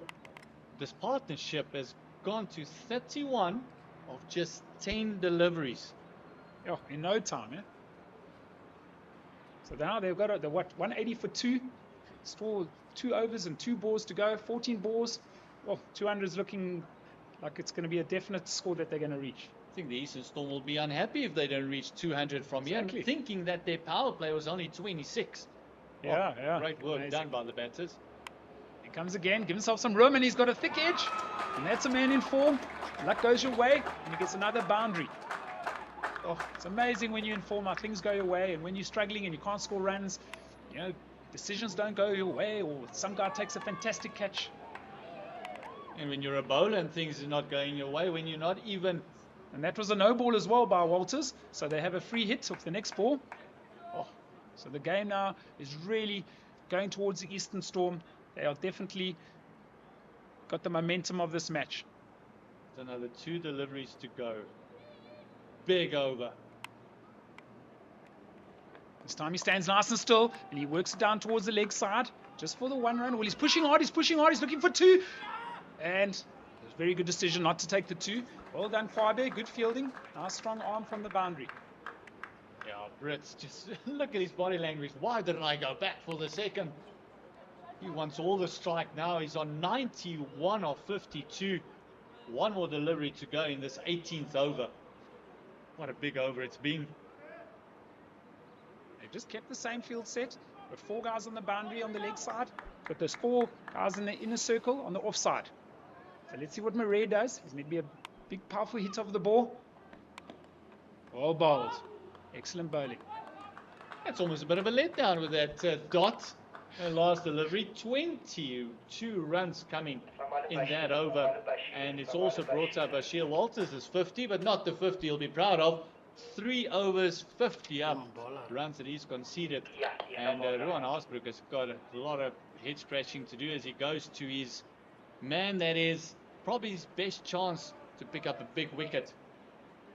And don't forget that our Protea men will take on Sri Lanka in a 2-test match, and then after that a full Pakistan tour this summer with your favorite pink day taking place the 22nd of December with a 2 p.m. start. So get your tickets at www.cricket.co.za. Hashtag wars are now wet. Hashtag be part of it. And great Christmas gift, early Christmas gift for your loved ones. Go get them pink day tickets at www.cricket.co.za. I agree with you, Khat. That would be a lovely Christmas present. If our wives are listening, hint, hint. Wink, wink. That was a full toss. And Nared, is it Brits? Brits didn't quite time it, but it's gone all the way for 4 runs. Another fantastic shot. He's really got this game going now. He's been very clever with the way he's batting.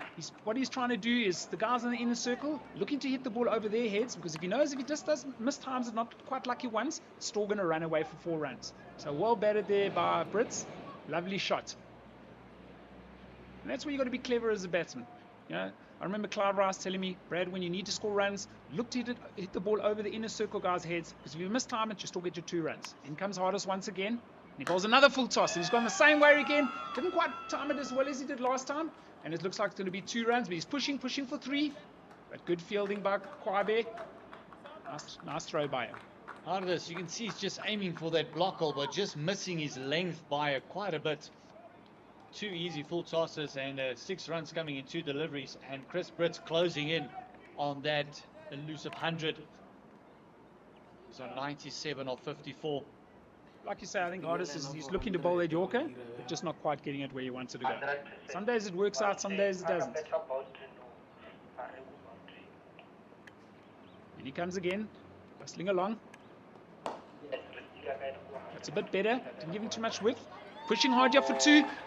And great running here by Murray, running to that danger end, even though he threw to the keeper's end. So when the fielder throws the ball to the far end, it just takes a bit longer. So excellent running by Murray. Now, Osbrook, not the strongest of arms. Looks like he's broken his bat. So it's going to be a bit change of bat here. Oh, 99. Let's not hope it's a change of fortune for Britt. He deserves 100. He's on 99 of 55. Still 3 deliveries left in this over. And Devin Murray's impetus and his willingness to run for everything has been phenomenal. Their partnership is on 45 and closing in on that 200, 194 for the loss of 2. It's been a clinical batting performance here by the Eastern Storm. Brits here, he's on 99 of 55 balls, almost batting at a strike rate of 200. Fantastic knock.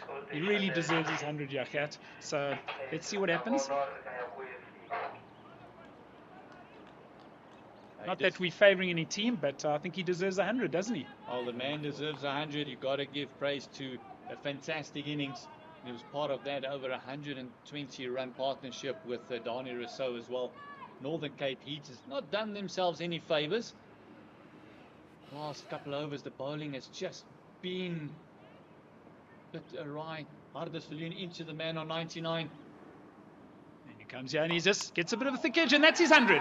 What a fantastic knock here by Fritz, and you can see how happy he is. And yeah, what a lovely knock. Just raises his bat up here. And just throwing it towards his teammates, and I'm sure they're all so ecstatic for him. I think, if I'm not mistaken, that is his second 100 of the season in his competition. Well batted, Brits. He's got a high score of 111, and now another 100. Oh, fantastic batting. And it's a chanceless batting performance today. I think the people watching this on Pitch Vision and that back home, it's one of the better knocks I've seen in T20 competition. Yeah, the only luck he's had when the bails wasn't taken off in their run-out opportunity was Sekokune. And that's Murray showing that power that he's got, straight to extra cover for 1 run. And they just keep that momentum going with the excellent running between the wickets, the Eastern Storm. And it's right from the beginning of the innings. They've kept that back up. They haven't missed out on any opportunities for quick singles. Yeah. Go back to that power play again, only 26 coming from it. Phenomenal innings, a great goal. Reach that 200.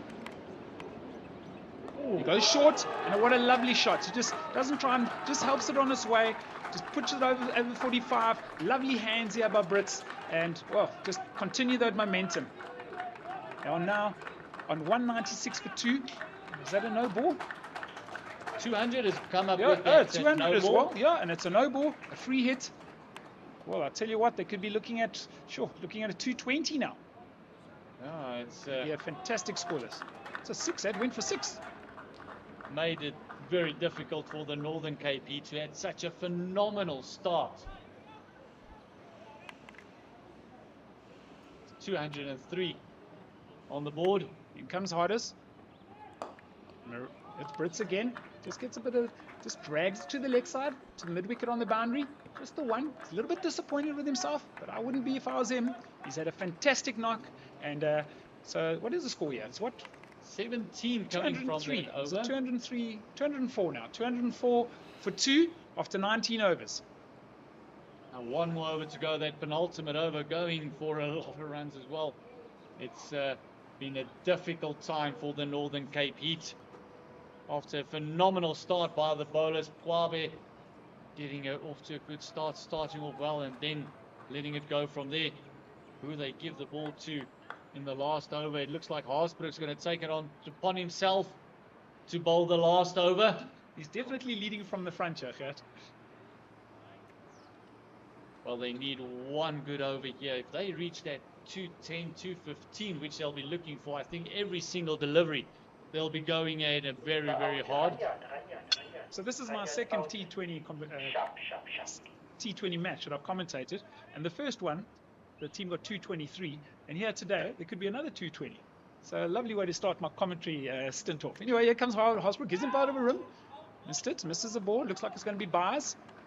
There's 1 run. You can see Yuri Sadler was, I don't know if people back home realize, but the guy at square leg can also help the bowler's end umpire. He was just showing a little sign, gave him, me being an umpire, sort of, I know the little tricks, so I was managed to see that it was going to be signaled as bars. Okay, we have Murray now on strike. Short there, Murray goes for the big shot. Doesn't quite time it. It's going to fall short. Oh, great attempt here by the fielder. And they get 2 runs. A fantastic offend. This is a big ground at Willowmoore Park. He made about 25 meters to get to that ball. And just couldn't haul it in. If he timed it a little bit better there, but Murray, that actually could have gone down someone's throat. He hasn't quite timed one yet. So let's see if he gets hold of one here. There he goes again. And this is the one, I think. I think he's timed it pretty well. Not quite. So he's also mistimed it once again, but straight over the bowler's head for 2 runs. Well played, Murray. That's okay. Keep getting their 2s. Okay, 200% strike rate for 2. It's not a bad thing. Yeah, it's just that down the ground that's been so hard to time.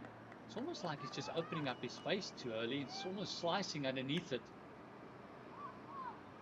There we go. That one is connected. He's hit it straight to the embankment. Wonderful shot by Murray. It was just a matter of time that he timed one and picked it up beautifully. A low full toss and just helped it on its way for 6. Lovely shot, lovely wrist, and this one was just a flick. Didn't try and really hit it. Just a flick of the wrist. You can see Harsbrook changing the field, but no one had any chance with that shot. It is right on the grass embankment.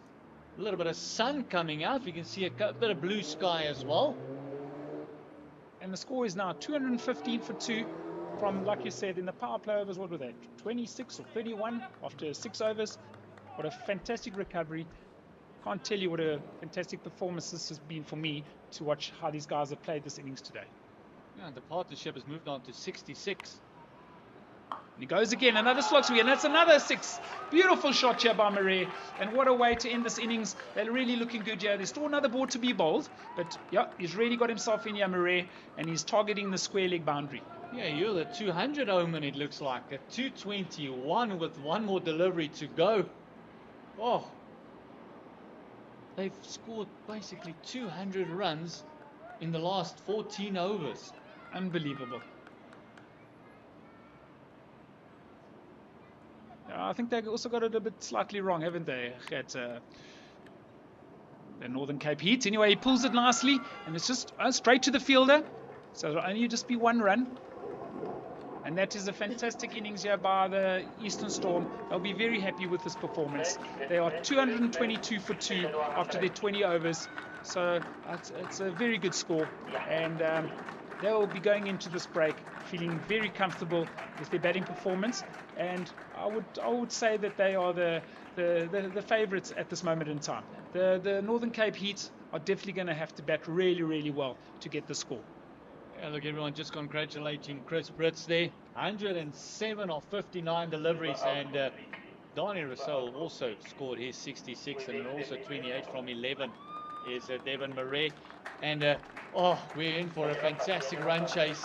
It's going to be a phenomenal one. It is the semi-final, a place in the final of the CSA 20 knockout. 222, double Nelson on the board. Just look at that scorecard. Kabelo Sekokune was run out for 1. Chris Brits 107, that's 66 of Donnie Rousseau, and Devon Murray's 28 of 11. Oh, it was a phenomenal. Bowlers had a very, very tough time of it. No one really making inroads. Just look at that bowling. Look at the figures there. Bashir Walters bowled 3 overs for 50 runs. He was obviously slightly off his bowling today. And then Ntuli, 4 overs for 30, which is really good. A strike rate, economy rate of 7.50. And then you've got Hardus Fulun, he's bowled his 4 overs for 48. He won't be too happy with that performance. And then you've got the experienced Kwabe, 4 overs for 29, which is the bowler of the day for the Eastern Storm. And he bowled, so Northern Cape Heat, he's at a strike rate of 7.25. Yeah, run required. 11.3 is where they got to start. So join us in about 10-15 minutes time for this run chase. Northern Cape Heat need 223. And I said at a run rate of 11.3 to start off with. It's going to be great fun. Join us in about 10 to 15 minutes.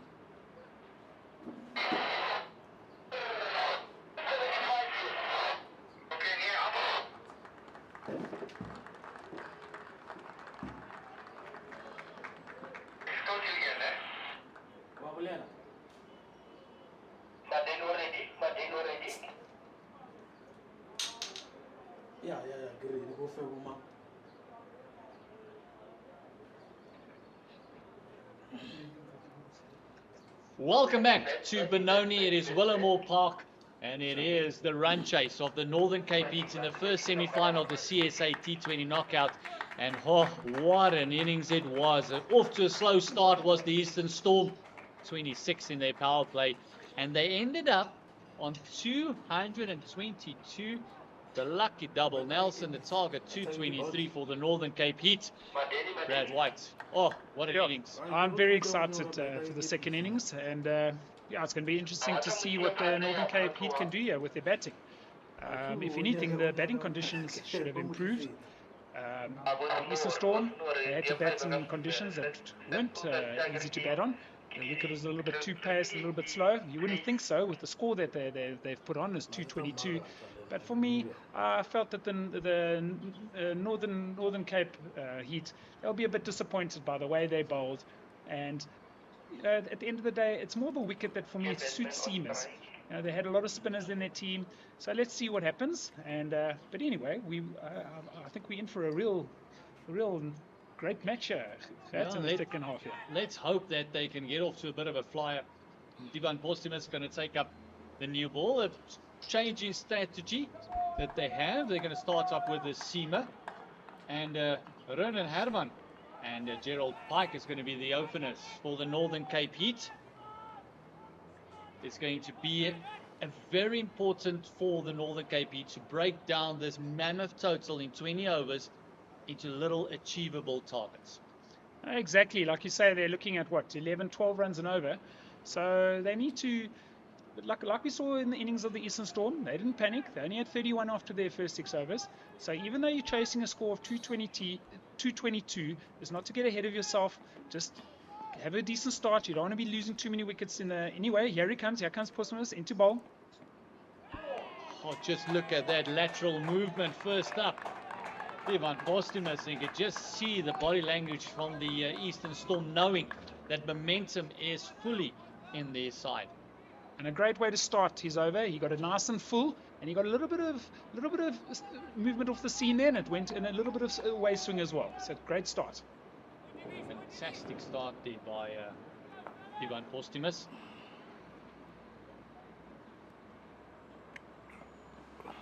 Oh, there's a glove on it, and it's the first wicket. It is Gerald Pike. He's made his way back to the hut, facing 2 deliveries, and it's a big breakthrough for Divan Postumus. A little bit unlucky there. Short ball go down the leg side. And he obviously got, like you say, got a little bit of batter, got a little scratch on it. So a bit unlucky there by Gerald Pike. It was the correct shot to play. Got a little bit of a thick edge, a little bit unlucky, but anyway, that's cricket. But what a start from the Eastern Storm. That's exactly what they wanted. And this is where Northern Cape Heat have to just keep their thoughts about them, not do anything silly once again, like I said, so just need to consolidate. Long way to go in this game. It is a big wicket as Mudiri Titeko comes to the crease, the keeper for the Northern Cape Heat. And oh boy, what a task they have now on their hands. No score on the board, 1 wicket down already. Oh, big job to be done here by these 2 batters batting together. It is Ronan Herman and Mudiri Titeko. And once again, the fielding setting of the Eastern Storm, very similar to the Northern Cape Heat.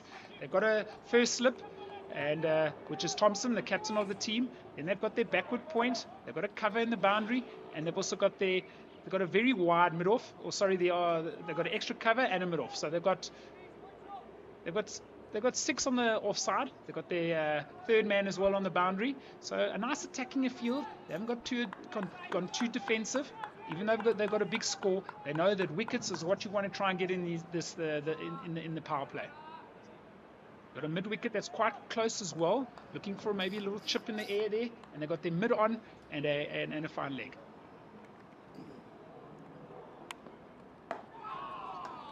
Lovely defense, getting right in behind it.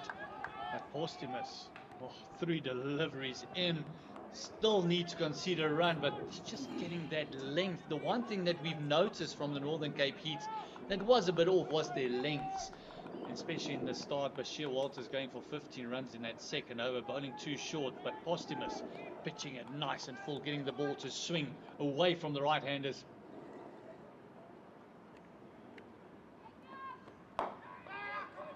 Oh, it's so nice to see that swing there, just swinging it nicely away from the batter. Beautiful bowling here by Posthumous. Yeah, Posthumous doing a fantastic job. And it's a first run on the board for the Northern Cape Heat. Ronan Herman going to face up for his first delivery. And that's what I've been finding with the modern players. They don't seem to swing the ball as much as in our day. But lovely to see the swing, nice swing away from the batter. It makes such a big difference as a bowler if you can get the ball to swing. So much more difficult for the batsman. Being an opening bat that I was, it was always more difficult facing guys like Merrick Pringle, who could draw the king of swing. It was very tough. Brett Schultz swinging it into you. You had to be on you had to make sure your balance was really good. And he comes again. Oh, what a delivery that. Look at that. And also the carry that Posthumous has. Phenomenal carry, because, I mean, we didn't see this whatsoever, even from this north side, from any one of the Northern Cape bowlers, even a man like Hardus Viljoen.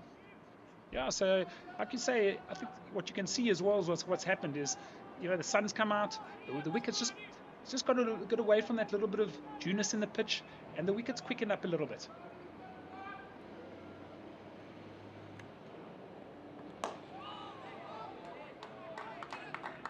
I think it's just got rid of that little bit of moisture that he might have had for the rain that we had last night as well. Just really baking and getting nice and dry. Oh, the lateral movement. Just looking there at the front foot. Maybe just asking him to be very, very careful. It's very close to the no ball line. He's having a bit of a chat there. Okay, yeah, so it's a bowler's foot marks. He's just made obviously a little bit of a dent in the bowler's foot marks. So just called the groundsman on just to repair it for him quickly. So the last thing you want is for the bowler to go over his ankle and twist his ankle. So it's always very important to make sure that the players on the field are safe and that they don't get injured. Safety is the most important thing as an umpire, is to make sure that the safety of the players is number one. Yeah, we don't really care about the umpires. But yeah, safety is obviously the number one thing, as we see with the new rule when it comes to the hit against the helmet, even if it's the grill, you know, you've got to take the minute.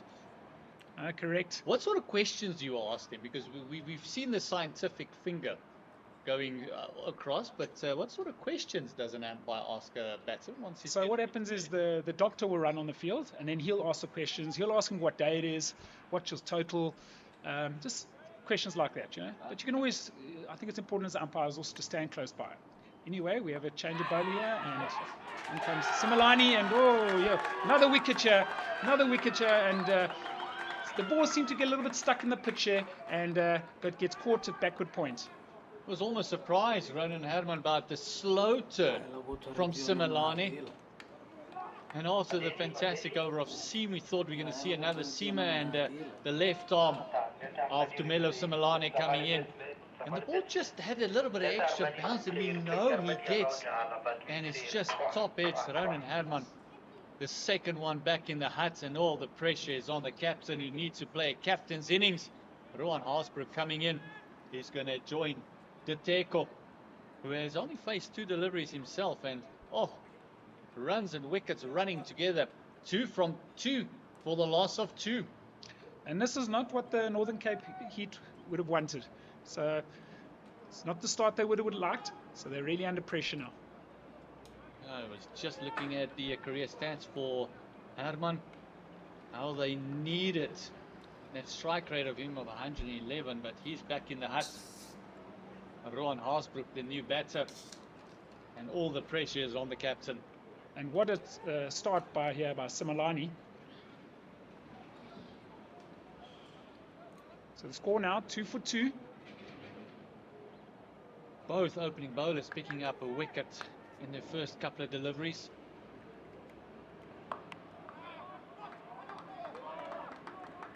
Oh, that's slightly short, and he just pulls it across the wicket for 1 run, just in front of square.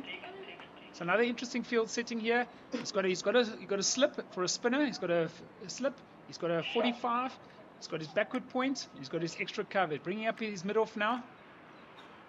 And then he's got his mid on, a 45 on the leg side, a square leg on the boundary behind square, and then he's got his mid wicket on the boundary as well. So this just tells me that he's going to be looking to bowl pretty straight. Yeah, having the two cons, Xavier and Armand, just changing sides, sending him all the way to the fence. It might just be at the they might be bowling next. We see Martin Kumalo coming into the ring. Drops it slightly short again, just pulls him. He's got cover there on the boundary, so he's just only one run. Just dropping it slightly short at the moment. Almost feel that's a bit of a setup with the delivery. He's looking for that extra bounce. He wants that top edge because he's got one man at a fine leg and a man at 45. Once again, he bowls it just also like you say, just back of the length. Obviously, it must be part of his tactic here. So he's just like you say, he's not really getting it nice and full up to the bat there. He's quite happy just to drop it slightly short. Very slow through the air. He's not giving them any pace to work with. Once again, similar length.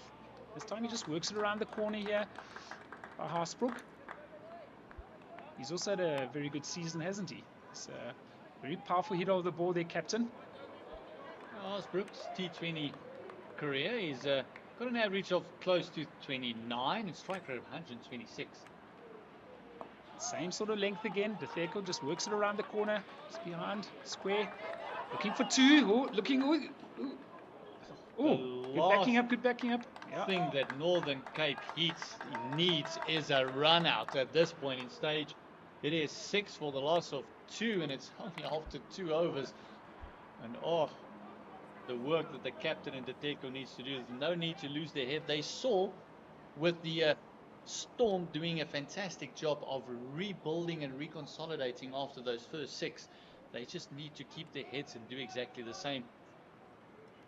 It's not all lost, like you say. They just need to rebuild here again. Maybe what they need to do is set them small goals.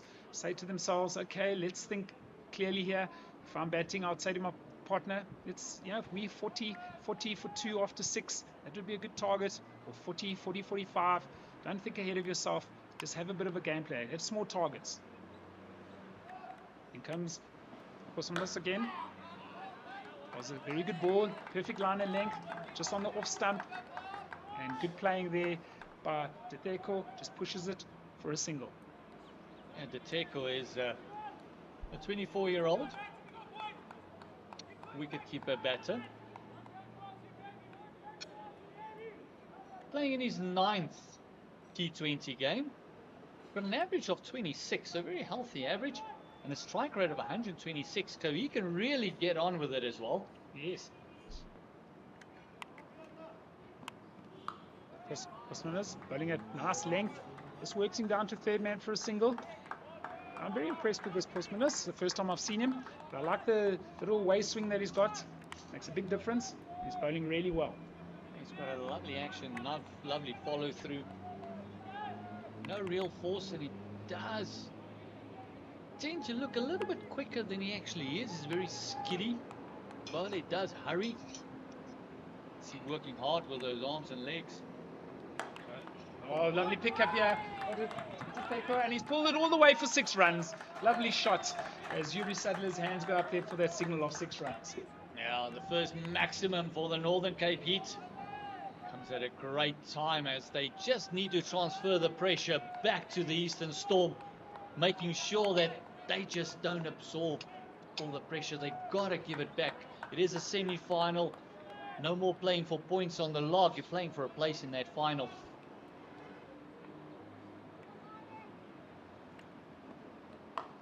So he just rocks back and he just plays it behind square there. Past points for 4 runs. A lovely shot again here by De Therkel, and he's looking really, really good. The shot before for me was a really great shot as well. It was slightly short, and he's picked it up for 6, and now he's just gone rock back and he's played a lovely cut for 4 runs as well. So just getting the momentum to slightly shift, and this is where Hermes is just getting it wrong slightly. He's just dropping it slightly short. He needs to get it fuller. Very similar to what Bashir Walters did early on in their innings. Need to pitch the ball up early on. Comes again.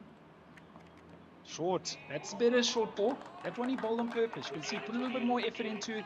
And if you're going to bowl it short, you need to hit the deck. And that's exactly what he did. And great batting by the tackle. Seeing that one short, he must have felt, oh, I can go for another one there. But just pulling out in the shot, realizing that it's bounced a little bit more, maybe a little bit extra pace on it as well. It was a very good short ball. Keeping his cool. Again, it was a very well bowled.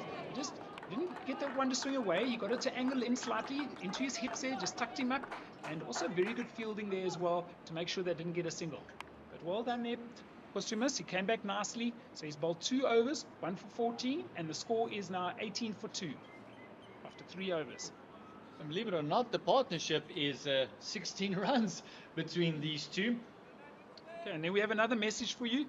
Wazanawe to the Indian T20 International Tour. This is a tour that you don't want to miss. 4 T20s coming up. It's going to be now quite pretty soon in November. Our Proteas men will take on the current ICC Men's T World Cup champions India in November for a thrilling 4 T20 international matches. Visit www.cricket.co.za for your tickets. Wazanawe be part of it. What better way to test yourself than the current T20 world champions? Yeah, and India. repeat matches of the World Cup final. That's definitely, I would expect all those matches to be fully booked out. So if I was you, I'd definitely get there and go and get your tickets. Anyway, he goes for the big shot, Joe's hit it straight up. There's a man underneath it, and he takes a catch. And that is the end of Haasbrook, the captain. That is a huge wicket, Fat. We saw it on Sunday as well. Aman Khan just gets that a little bit extra bounce. He does have a little bit of extra venom. And can the breakthrough again, the wicket. It's not what the Northern Cape wanted. They feel behind the 8 ball. You can just feel the pressure up here. You can just feel that they feel they need to play almost a shot and over instead of taking a page out of the book of the Eastern Storm. And it's another wicket. Another bowler coming in with his first or second delivery, picking up a wicket. Well, exactly. That's the second time that the bowler's bowled his first ball and got a wicket. Now, have a look. We get taught that when we're younger. Have a look to see what the bowler bowls. So, anyway, it's cricket, I suppose. It was slightly short, but you're not used to the pace of the new bowler. Just be a little bit cautious, maybe with your first ball or second ball, and just get a feel of things. Also, you're not quite sure how the pitch is playing as well. So, it has changed slightly. It is coming on a little bit more. We did say there's a bit of too pace in the wicket. But anyway, I suppose you'll learn from it. Yeah, it's a hard lesson to learn this time of the tournament. Semi-final time, and all the momentum, all the pressure is relieved by that wicket. We had a fantastic previous over where the tackle took a liking to Posthumous, and all of a sudden you've got Grant Thompson that's gone into slip. Aman Khan picking up a wicket with his first delivery, and it's now 18 for the loss of 3, and it's 3 big wickets. We see CP Kleinans coming in, and a lot of pressure on his shoulders now. So Arman Khan coming around the wicket to the left-hander. Interesting tactic. Storming in, angled him, just tucks him over, just works it around to the square leg, mid-wicket for a single. But you can just look at the momentum in the game now. Look at the Eastern guys. There's a lot of noise in the field. They know they're on top. Yeah, they know it's their game to lose at the moment. They can just keep their bowling discipline. The run rate required now is shot up to 12.2. Means it's 2 runs for every delivery from here on in. Here comes, lovely run up. Gives a ball, a little bit of waist swing there. Very well bowled. And just opens up the tackle there. So anyway, he got away with it. He played it well. A little bit of shape there, which was nice to see. Got that nice and full. That's a perfect length that you need to bowl with this new ball. And just looking at his T20 career, playing in his 20th T20, his Kleinans. He's got an average of 32, so a very handy batsman. Played a little bit of cricket there by the Knights, 24-year-old. Oh, Once again, lovely line and length, aiming, not giving him any width, nice and straight there at the top of off stump. see, that reaction of mine was typical of a bowler. When you see that inside part of the bat, you're thinking, how did that not roll onto the stumps? The Northern Cape Heat cannot afford to lose the takeover at the moment. I can see you got that build for a fast bowler there, Gert. You got that nice and tall. And also sparkling personality that goes with every fast bowler. Aman Kanya, what a wonderful way to start, Chase. About 4 balls just for the 1 run. Comes in again. Balls. Yeah, great shot that by Diteko. Goes straight over extra cover for 4 runs. He just helps it on. And he played that really well. He didn't try and overhit it. He knows he's swinging it slightly away from it, so he played with the swing, which is a very important part of the art of batting as well. So always try and hit the ball with the swing or hit the ball with the spin. Yeah, fantastic shot, Diteko, using all his experience. They need him as the Northern Cape Heat. They need him to bat very, very long, very, very deep.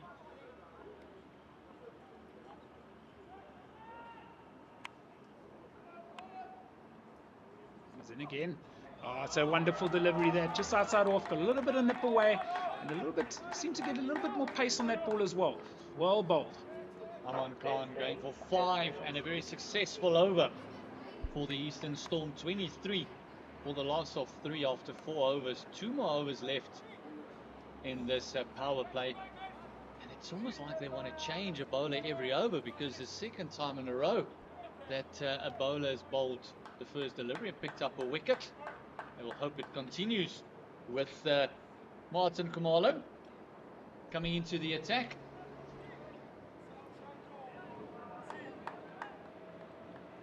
So they're keeping a slip, store attacking, which is good to see. Not releasing the pressure. Best way to keep pressure on is by picking up wickets, not letting them off their hook here, the Northern Cape. Not trying to give them a sniff. Here he comes, hustling in. Oh, what a start. Very good delivery. I think that's an excellent decision here by Yuri Stadler. It looked a bit high, so well done, Yuri Stadler. Good decision. And also looked like it might have just pitched outside leg stump as well. And what a nice start there by Kumalo. Very good ball, that. He is a lot quicker than he looks. He comes in at very bustling action. You just see where the keeper's standing. He's got a very skitty action. He's very bustling through his action, through the crease. He's got a lovely wrist that he normally whips through the ball as well. It's the first time I've seen him bowl. So, like you say, he's a little bit quicker than you think. And he comes again. That's it. Good shot that. Just hits it straight over extra cover there. Over cover. And it's another 4 runs. Lovely shot here by Klein Hans. And that's what he needs. He just needs to, get himself in, get a bit of confidence. And I'll tell you what, that boundary is going to give him a lot of confidence. That's exactly what he needs. So all he needs just to get going. Benoni, like I said earlier, has got a fantastic record thus far.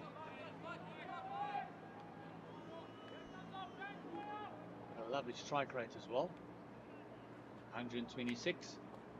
And he goes again. Oh, and he's been dropped. Dropped into backward point there. That could be extremely costly, that. And he looks very disappointed, the fielder. And also a little bit winded as well. That one looked like it burst through the hands and hit him round about the tummy area. And it's Devon Murray who put some impetus in the batting lineup. You can see he's trying not to show any pain, but I think he's still struggling to breathe. See him having a look there at his stomach there. Maybe a second belly button. Always seems to hurt the hands a lot more when you drop the catch. The ego gets hurt even Yes. a lot more. Exactly. Nice ball, that. Very good ball. A little bit more pace there, and it just jumped at the batsman. Excellent running once again. That's what I've been very impressed with this game, is the running between the wickets from both teams. The Eastern Storm were fantastic in that department. Yeah, they were very, very good. We did see the first mix-up this season of Sekokune and Brits, which led to Sekokune to run out. But other than that, it almost looks like they're playing tip and run. with the Eastern Storm. Just quick single there. Looks like it could be leg bars. There's also another, like you said, just seemed to jump off a little bit. Just jumped off the seam there. Good ball. Yeah, it's one of those that you do take an over or two just to get used to the pace, because he doesn't hit the deck as hard, but he does kiss it, so it does skids off the deck, so it does shoot through. But a bit of a let off. It looks like he has a lot of promise. A lot of promise. Already had one catch dropped off him in this over. One delivery to go. Oh, that's a good delivery. Straight up towards his heart there. Well bowled, showing a bit of aggression. Got the batsman jumping around there slightly. Didn't like that. All the Kleinhans. Excellent over and a lovely start by Kamalo. We saw the boundary there from Kleinhans. He just had a bit of a walk down and a stare down with the bowler. And he said, hold on, I got a couple of clicks I can still work in. Extra gear. And it came back very, very nicely. And like I said, a bit of a let-off for Kleinhans being dropped by Murray. How costly would that be? 5 overs gone. 15 overs remaining. The equation is 194 with 90 deliveries remaining. Imran Khan stays on. He gets a thick edge down to third man. Detheko. And good fielding here by the third man. Just the one run. Imran Khan staying exactly like he did in the last over. Looking to hit those good lengths just outside the off stump. That was fielded by Shabir Khan. No relation. And it's a much younger version. And also left arm seamer, we can't wait to see him into the attack. See if he can generate a bit of lateral movement as well. Once again, it's the first time I'm seeing them. And I've heard a lot about their bowling. So, like you say, I'm also looking forward to seeing him bowl. Once again, oh, what a fantastic delivery that. Looked like he was angling it in there and he just got a little bit of seam that went away from the batsman. Brilliant delivery that. Nothing much that Kleinhans could have done there. Very difficult as a left-handed batter with the bowling coming around the wicket, angling it in and then straightening it up from that line. It makes it very, very hard. And danger signs if Imran Khan can continue producing deliveries like that. Might not be wickets, but it's all dots. That makes that equation even harder. 13 runs now required per over.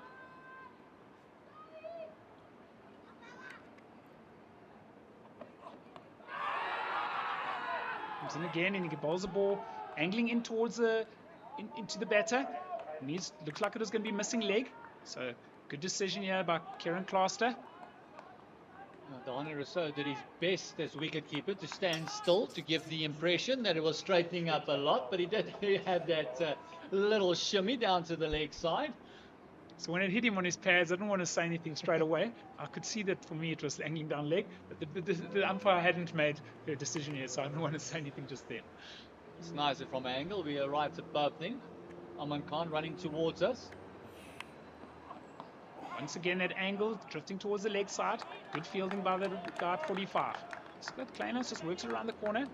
So if you look at the score at the moment, they're 31 for 3, and they are still what, 2 balls left in the over. This is exactly where Eastern Storm were. I think if I'm not mistaken, they were 31 for 1 after 6 overs. So they're on target with the runs, but they've lost too many wickets, it looks like. But they're still not out of it. You just never know. They need something special. Maybe Kleinhans, it could be his day. Who knows? Maybe he gets it 130. Yeah, we see our future players being escorted there. Oh, this one played uppishly. Man at backward square, picking it up. As I mentioned, the crowd there, thank you very much for everyone that's come out. It's been a bit of a hit and miss. Not everyone knows exactly what the weather is going to do. And the East Rand is known for a couple of afternoon showers every now and again. That's not always on the app. No, exactly. We've seen in the past year.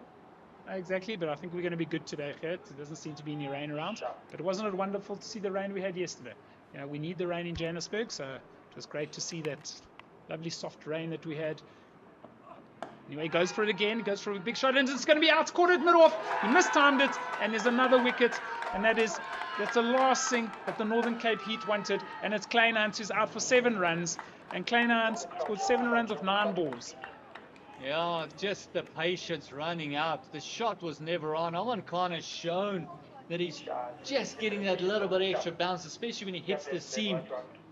And it's all smiles for the crowd here that supports the Eastern Storm.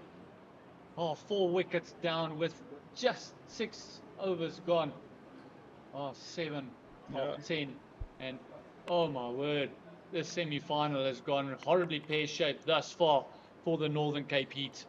The home union must be very excited at this moment in time, making use of their home conditions.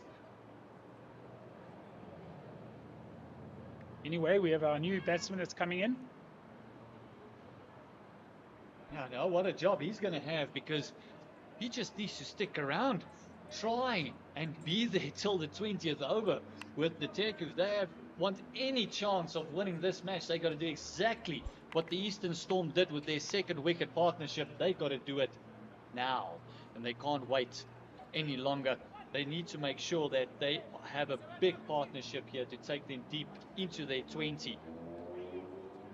Okay, and that is the end of the 6 over. The score is 32 for 3. Now, Aman Khan doing a fantastic job. We see Martin Kumalo coming in. The new batter is Abrams that has joined the Teko. Oh, what a delivery that was. Big appeal. Oh, it might have just been the bat. Umpire signaling to Grant Thompson that it was bat. What a fantastic delivery that was.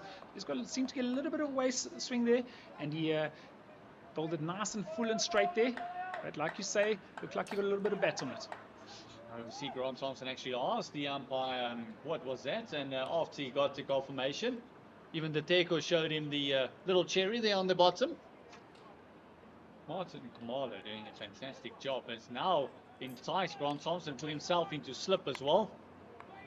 I think it's such good tactics. He's getting a little bit of waist swing, giving himself to keep a slip in is a good thing. Anyway, he goes with a short ball, a bit short, and it's a bit too high. So it's above head height, staying in an upright position, so that is a wide.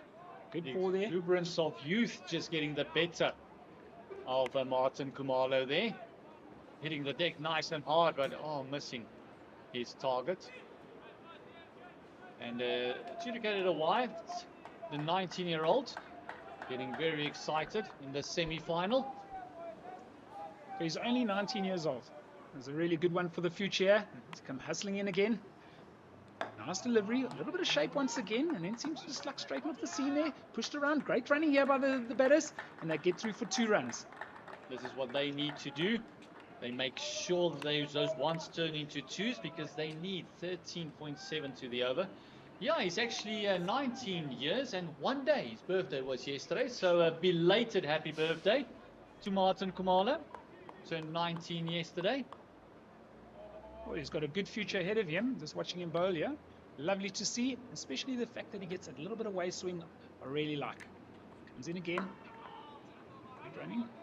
Yes, well played there. Just angles it to the leg side there. It's almost where boring cricket has got to come in. You've got to make sure you get a runner ball. Don't try and force the issue. The field is spread now, because all the Eastern Storm needs to do is just make sure that they keep those boundary count down. 1s, 2s, they'll be happy with. Exactly. The Northern Cape Heat, they've got a real tough task ahead of them here. Well, they're in a lot of trouble.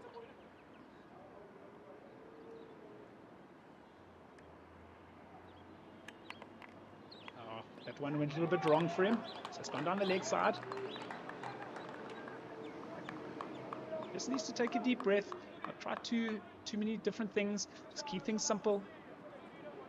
And that's what's nice to see, is you got the captain there, Grant Thompson, standing next to the youngster to give him advice when needed. He's calming down, a little bit of encouragement there, he's clapping his hands, speaking to Kumalo.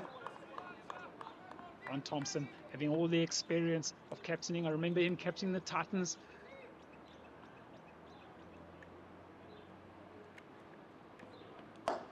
what a lovely shot. It plays it straight over the top, and Thompson gives chase. The ball's holding up, didn't quite time it like he wanted to, and another 2 runs. Good throw. Thompson making great work there. Keeping it down to the 2. And again, just hitting it down the ground has not been easy on this deck. Waller getting carried away. 2 wides in this innings. The equation is still 183 required of just 80 deliveries.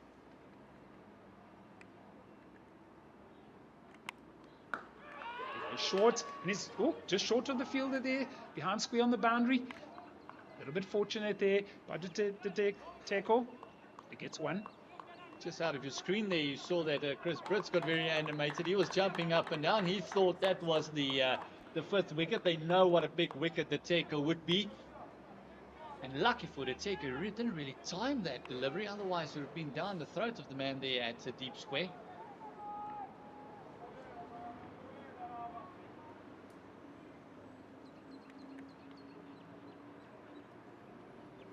Spikes it off his legs and towards that man again on the boundary. Just 1 bounce, and he's looking for the 2nd run. Excellent running once again, and well done there by Abrahams. Just keeping the pressure on the Easterns, guys, and not giving up. Gonna fight right to the end, and that's what you want to see. It brings the end to the over as we see the dugout for the Northern Cape. Heat Hardersville sitting there with the pads on. He's looking a bit shell-shocked at the moment. But the Protea women will be taking on England women in this up-and-coming summer for 3 T20 international matches, 3 one-day international matches, and also Black Day on Sunday, the 8th of December, and the first test match from the 15th to the 18th of December. It's going to be a fantastic tour. It's www.cricket.co.za for more information. And also, you can check out the Facebook pages and the social media pages as always. Hashtag Wozanawe, hashtag be part of it. Oh, you mentioned the T20 final, a repeat of the T20 finals when we take on India. Yeah, it will also be the repeat for the ladies as well. Comes Similani again. Angles it to his legs, pushes us down to long on for 1 run. Similani replacing Arman Khan. Shafir Khan not getting the ball as of yet. Might feel that he comes from the north end, replacing Kumalo very soon. No, I wouldn't think he would worry much. Within 44 foot 4, it's a lovely time to actually come in and bowl as well. Here comes Similani again. Sit down leg side. Didn't quite come out of his hand the way he wanted to, but what fantastic fielding here at 45 by the youngster Kumalo. Yeah, fantastic. He's very, very quick across the park. Here's Kumalo. Very great athlete. We saw it with the, even if you just look at his run up, does run up nice and smooth. Yes. So again, just played it around the corner, back to Kumalo again, just angling towards the leg side there. Similani just needs to, I think it's not quite coming out the way you'd like it to come out. But saying that, he'll be very happy with his figures at the moment. 1 for 6. There's that protection on that deep backward square position. Slightly short, and there he goes, he picks it up, straight down the man's throat here, and he's been taken on the boundary. So sometimes you don't get the ball to go where you want, and it still goes your way. And Shame Abrahams, I think, will be pretty upset with himself there. It was the right ball to hit, but he hit it straight down to the man on the mid-wicket boundary, straight down his throat. Cole Abrahams throwing his wicket away, and I think that's the plan of Similani, is just make sure you cramp them for room. And he threw that one just a little bit quicker. He still got the bounce, and he went through with the shot, but the placement, if you're an Eastern Storm supporter, was perfect. That fielder did not move an inch and was straight down his throat. And it is almost but over. Cricket's a funny game. You never say it's over till it's over. But 46 for the loss of 5. Half your team back in the dugout. Oh my word. I would love to be a part of that conversation on what would the tackle be saying to his partner coming in now, Emmanuel Motsiri. What would that conversation be? Would it be feed me the strike? Would it be just stick around? Let's see how deep we can go. But it is red lights at the moment. for the Northern Cape Heat. Yeah, like you say, Gert, I think what he needs to say to him is, listen, we've got nothing to lose in this situation. Let's just play our shots. Let's be positive, and let's just enjoy ourselves. So that's a one positive, is that when you're in a position like this, you've got nothing to lose. But like you say, you've got to be a realist as well. And the Eastern Storm are definitely the favourites to win this game now. So anyway, let's see what happens. In comes Simelane again. Oh, and there you go, another wicket. He gets a fine edge. Beautifully bowled there. He got his length a little bit fuller, and you just try to run it down. He got a little nick on it. And Simelane here has picked up another wicket. And his figures are now 2 for 7 runs. Yeah, he's on a hat trick. Is Tumelo Simelane. Emmanuel Mutswiri, don't know what the conversation was between him and Diteko. Don't think that was part of it. And this is a man that would not have thought that he'll be coming in the 8th over to face a hat-trick delivery. Is Big Artis Viljoen. And it just looks like their worst nightmare here for Northern Cape Heat. Didn't really go well for them when they bowled. Now they've come into bat, and everything just seems to not be going their way. Yeah, I'm sure they're going to be pretty disappointed with their performance. So anyway, let's see what Artis can do. Artis can really hit a long ball, and he needs to hit a couple of 12s at the moment, because they need to go at almost close to 15 to the over, making it very difficult for themselves because they keep losing wickets at regular intervals. When I say regular intervals, it's 46 for the loss of 6. And the Eastern Storm, they finished top of the log, so you can understand their performance today. They finished first, and Northern Cape Heat finished 4th. So anyway, here it comes again, and another very good delivery, but well played hardest, which is just past the extra cover there for 1 to the cover on the boundary. Yeah, Simelane, I don't think, would be too happy with that hat-trick delivery of his. Only the one, but a successful over. 3 for 7 in 2 overs. And Artis Viljoen does have a best of 41 not out in T20 cricket with a strike rate of 128. Well, he'll have to try and beat that today. If anything, he'll need to get maybe his first 100. Well, that would be the goal for Diteko, no doubt. That equation, 176 runs still required, but only 72 deliveries left. And even if the rain comes now, the Duckworth, Lewis and Stern, they need to be on 133 at this stage, which a couple of runs short of. And I like this tactic by Grant Thompson. You can see he's an experienced captain. He's keeping on his youngster here. Milo is bowling well for him, giving confidence for the future, playing in a semi-final. Very good captaincy. And he comes again. And he just plays it back to fence, drops it just behind the square for a quick single there. And you can just see the body language when we compare it to the Northern Cape Heat in the field. You can just feel the intensity from the Eastern Storm. They know 2-3 good overs here, and it's all done and dusted. Now, every single dot, every single wicket, that run rate just shoots up by that 0.1, 0.2. This isn't again. Another reason why he keeps on Kamalo, he's saying to himself, we're not going to give these guys any chance. So we're going to look to actually try and bowl them out. That's what he's doing here, Grant. And that's the way to, you're not sitting back now and thinking we're in a comfortable position. Let's put the nails in the coffin. Let's try and get this game over with. Tell you what, I don't want to be part of the Northern Cape Heat fine session tonight. It's going to be a long one.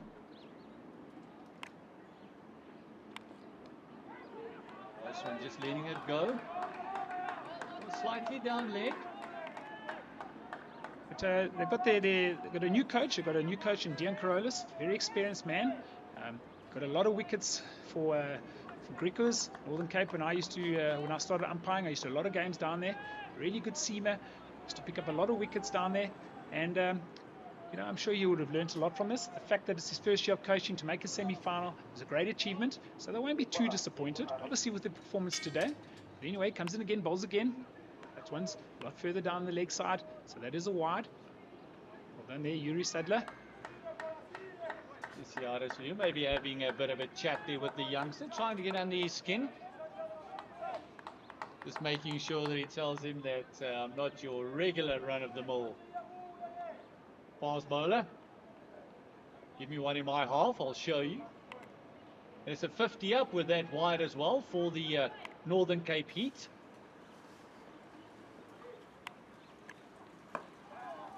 Well played. It's backing across and just nudges it to the square for 1 run.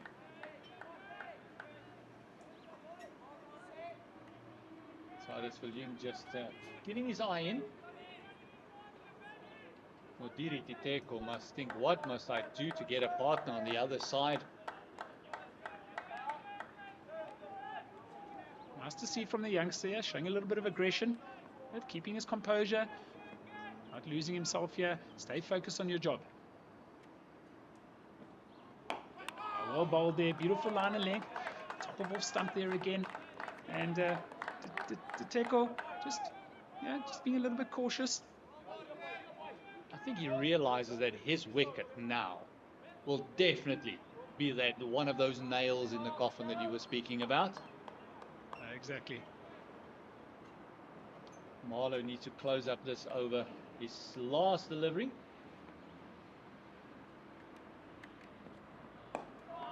Another good delivery there, nice and straight. He just plays across it for 1 run to the spare leg on the boundary. And another good over here by Kamala for a youngster. He's bowled 3 overs for 20 runs, and the score is now 51 for 6. Only 5 runs coming in that over.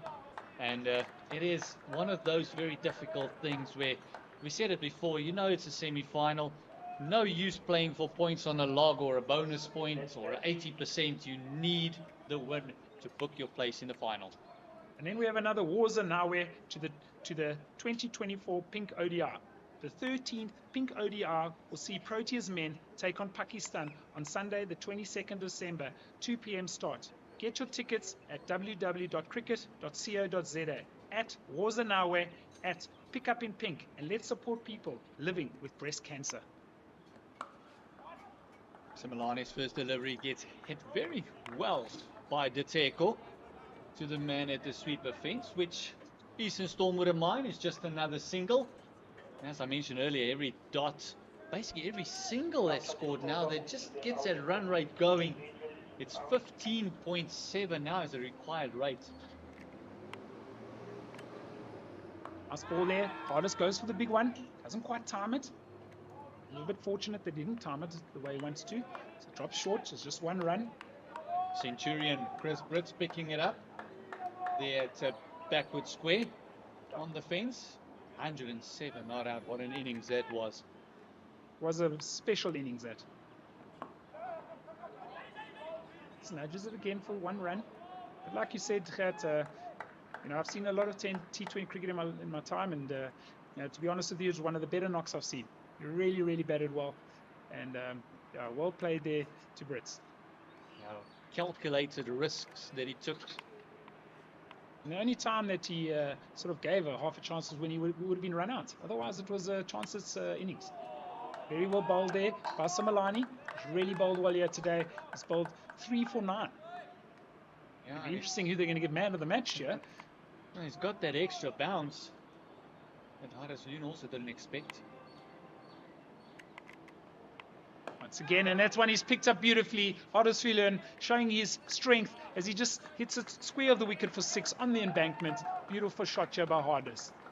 Lovely shot, and you felt that it was only a matter of time because he's going to use those big shoulders of his getting through the line, and this one just picked up. He slowed up the pace that Similani, but Huddersfield just showing his power, and they need a couple of more of those.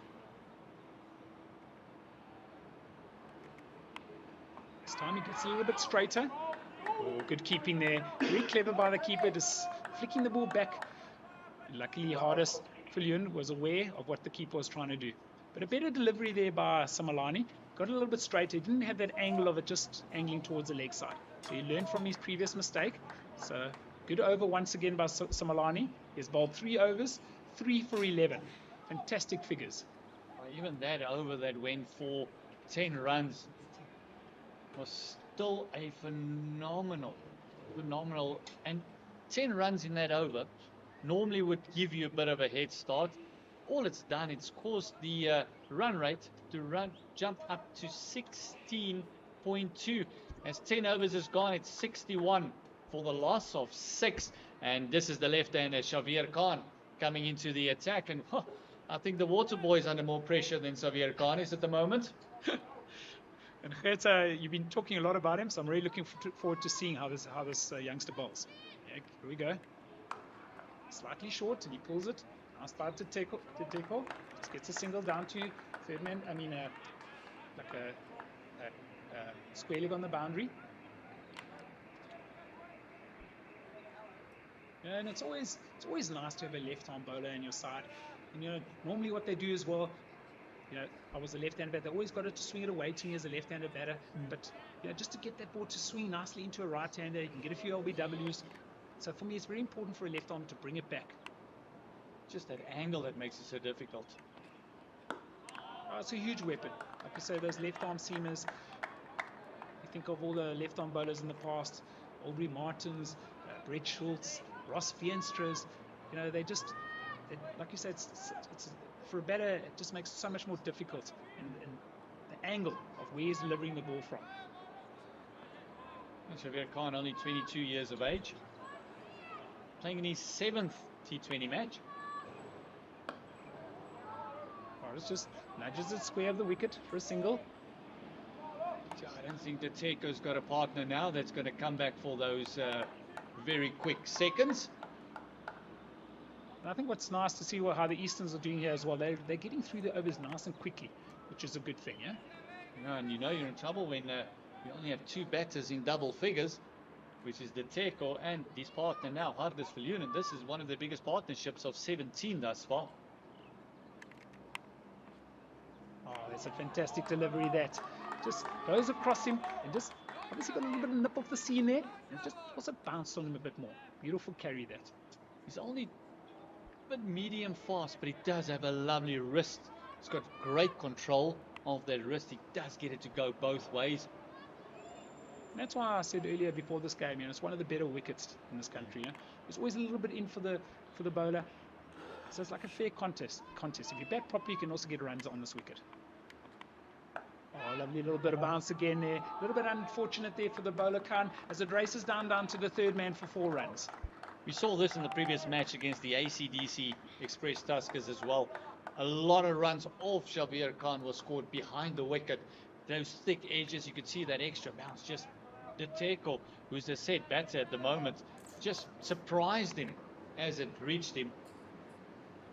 But I don't think Xavier Khan would mind that too much. He knows he found the outside part of the bat already. Exactly. I think it was a bit unfortunate there. But that's T20 cricket for you. Oh. I think that's an excellent decision. Obviously just came off his pad there slightly. Definitely a noise there. And you could hear the excitement, but a great call by the standing umpire there, Yuri Sadler, saying, hold on, there was a bit of a thuddy sound, a bit of a soft sound. Score 67 for the loss of 6, and that's after 11 overs. Current run rate 6.1. Required run rate is 17.3. And the equation is 156, but just 54 deliveries still left. So Milane is going to continue. He's going to bowl out his 4. He's picked up 3 wickets thus far already. He's picked up 3 big ones. He's done a hat-trick at one stage. Very first delivery at Hardus Viljoen face was the hat-trick ball. Oh, and he's got hold of that one. The big, powerful Hardus Viljoen has connected that into the stands. And what a fantastic shot that is. Yeah, you can see Hardus is not there for the quick signals. He needs a couple more of those, and even with that 6, the required rate has jumped to 17. So, they need 3 of those about and over. And look, there's no use guessing. Really go and hit it as they look for the ball. We're just getting a bit of relief for Dateko. The sun came out. It was a bit chilly this morning when we came in. It was gloomy. It was dark. And, now as we look for the ball.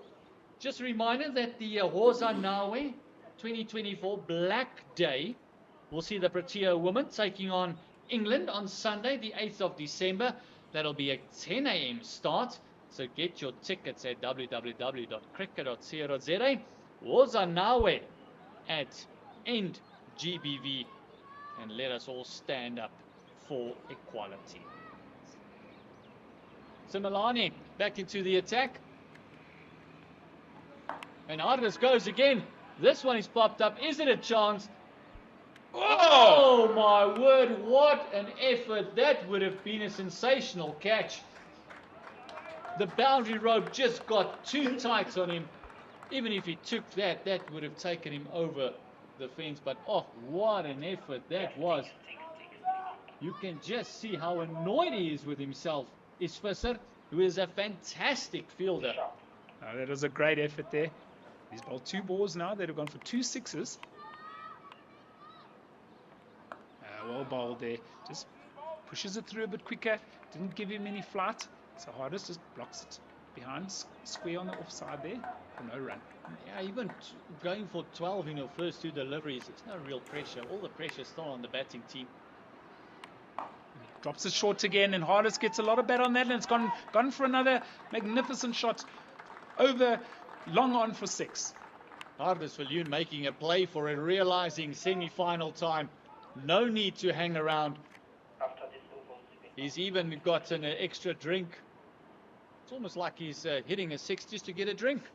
Yeah, and he's got 29 now, 14 deliveries, a strike rate of over 200. So he's definitely not around here to waste time. Yeah, I don't think that the taker would have told him to give me strike. The clear plan is to let him hit through the line. Just look at that. The taker, the only batter to speak of thus far before Hardest Viljoen came in. He's 35 of 30. Ronan Herman, Gerald Pike, Ruan Haasbroek, Kleinans, Abrams and Motswiri all getting into the single digits. It's almost like a phone number there. Then Hardest Viljoen came in 29 of 14, smashing 3 sixes in this Simelane over thus far.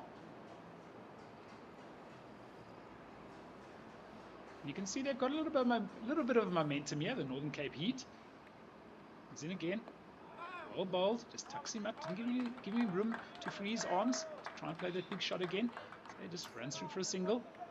Oh, Hardest has made a mess of Simelane's figures. One more delivery to go. He's gone for 36 now. This over going for 19. Walks across the stumps there. And good decision there by Kieran Carson. Looks like it hit him outside the line of off stump. Once again, end of another over. But like you said, you know, T20 cricket changes very quickly. He had such wonderful figures. But they're still very good figures, don't get me wrong. 3 overs for what, 36? Well bowled Simelane. Now it was Hardest Viljoen hit 3 mammoth sixes of Simelane. Just look at the bowling figures there. Xavier Khan has bowled the 1 over for 6. Divan Postumus the 2 overs for 14. Alman Khan 2 overs picked up 2 wickets for 9 runs. And we see Xavier Khan coming into the attack for his 2nd over. But 3 wickets for Simelane. Has bowled out his 4. And also a lovely spell there by the youngster Kamala. 3 overs for 21. It'll give him a lot of confidence going forward. In comes Khan. And that's just picked up. That is huge. Oh my Just word. hit that right over the grandstand towards the cricket nets. What a shot that is by Hardest Viljoen. Someone phone for new windows, please. That was absolutely thumped. That was a mammoth hit. Hardest Viljoen, he had no doubt that he's going to go big again.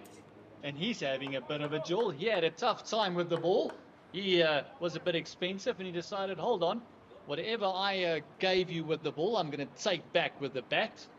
36 of 16. And asking for new balls again.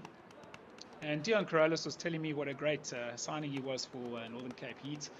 He's very good with the youngsters, and he's so enthusiastic, and it just shows you how it pays off at the end of the day. It didn't quite go with him with the ball, but he still hasn't given up hope. He's come in here, he's on 36 of 16 deliveries and looking really good. His partnership is now on 46, which is by far the biggest partnership that they've had. Xavier Khan, I don't think would have expected that.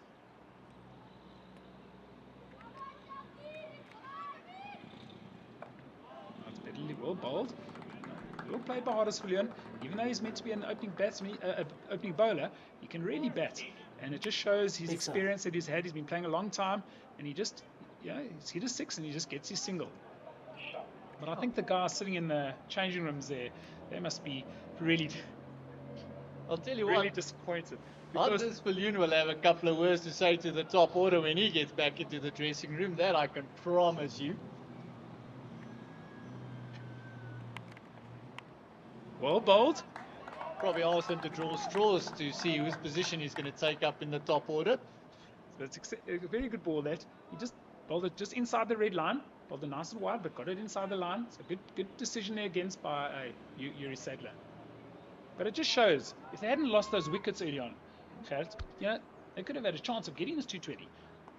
Hardisvillian is proving a point. It's a really good wicket. So again, excellent bowling there. Just with the angle of the left-hander there. Just gets the ball to go across the right-hander there. Well bowled. Went for a big 6 in the first delivery bowl to Hardisvillian. And from there, he's just executing the plan of going wide across the right-hander. He's got a third man and backward point in the circle. Then he's got sweeper and mid-off on the fence. And that's exactly what we were talking about earlier. It was about that angle from a left-hander. A little bit of change-up of pace there. Just bowled a slow ball, seemed to run his fingers across the seam there. Excellent bowling here by Shavir Khan. And he's going to feel that. I'll tell you what, our high fives are going to go with the right hand now, not the left hand. That stung. Great fielding off his own bowling. Got protection everywhere. Like I said, for the Eastern Storm, it's all about protecting the boundaries. Got a deep square as well as a deep mid-wicket out for De Teko. Being for his last delivery here. Once again, he gets it to go across the batter to the right-hander. Grant Thompson standing right on the edge of the circle. So it's only one run. And what a fantastic over that is by Shavir Khan. Shavir Khan now 14 runs of his 2 overs. He's bowled pretty well, except that Hardisvillian took a like to him that very first delivery. 94 for the loss of 6. There's a very simple equation to keep your eye on. It is 129 required, but there's only 42 deliveries left. So it's hard work. Every single over, there's got to be at least 2 boundaries if you're going to take the 1s and the 2s. So, if one of these guys get out, then really big trouble.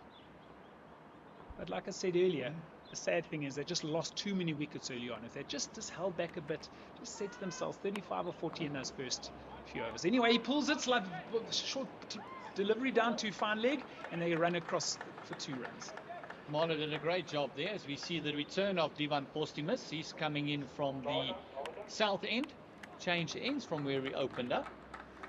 He bowled really well in his first spell. So let's see how he bowls from the other end now. He's not going to get that swing that he got earlier.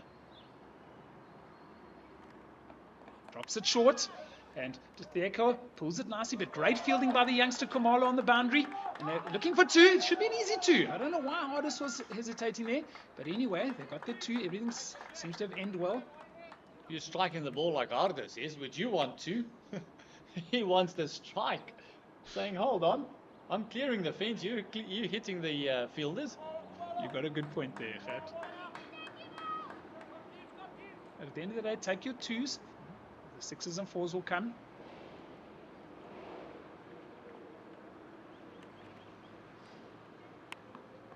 He bowls it. Nice delivery. Didn't quite time it. But like you say, you got a good point there. I think Hardis, if anyone's going to get it close, it's going to be Hardis, isn't it? He's a powerful hitter, big man. So he needs to try and get as much strike as he can. The run rate has gone up to 19, which is not ideal if you're a batting team. Achieving only 7 at the moment. And it's all about that first passage of play where they lost those wickets in classes. They were 0 for 1, then 2 for 2, then 18 for 3, 32 for 4, 47 for 5, 47 for 6. Hardis gets a bit of a thick edge down to like a wide square leg on the boundary, just for 1. Well, if there's any man that's going to get 19, 20 and over, it's going to be a guy like Hardisvillian, isn't it? Look, I'll tell you what, the Teko can also hit a long ball, but he's been struggling with timing. He's almost been feeding hard this Viljoen. He's going at 41 of 38, but if you look at the strike rate required, I mean, he's just not hitting his straps like they would have wanted. He's going at 107 strike rate. Oh, that's excellent bowling there. Bowled him a beautiful Yorker towards the leg stump. Well bowled by Postmas. And well done to the keeper, getting that glove off on a flash so that he can shy to the stumps if they're going to run. And then you look at the strike rate at Hardus Viljoen, he's striking it at 211.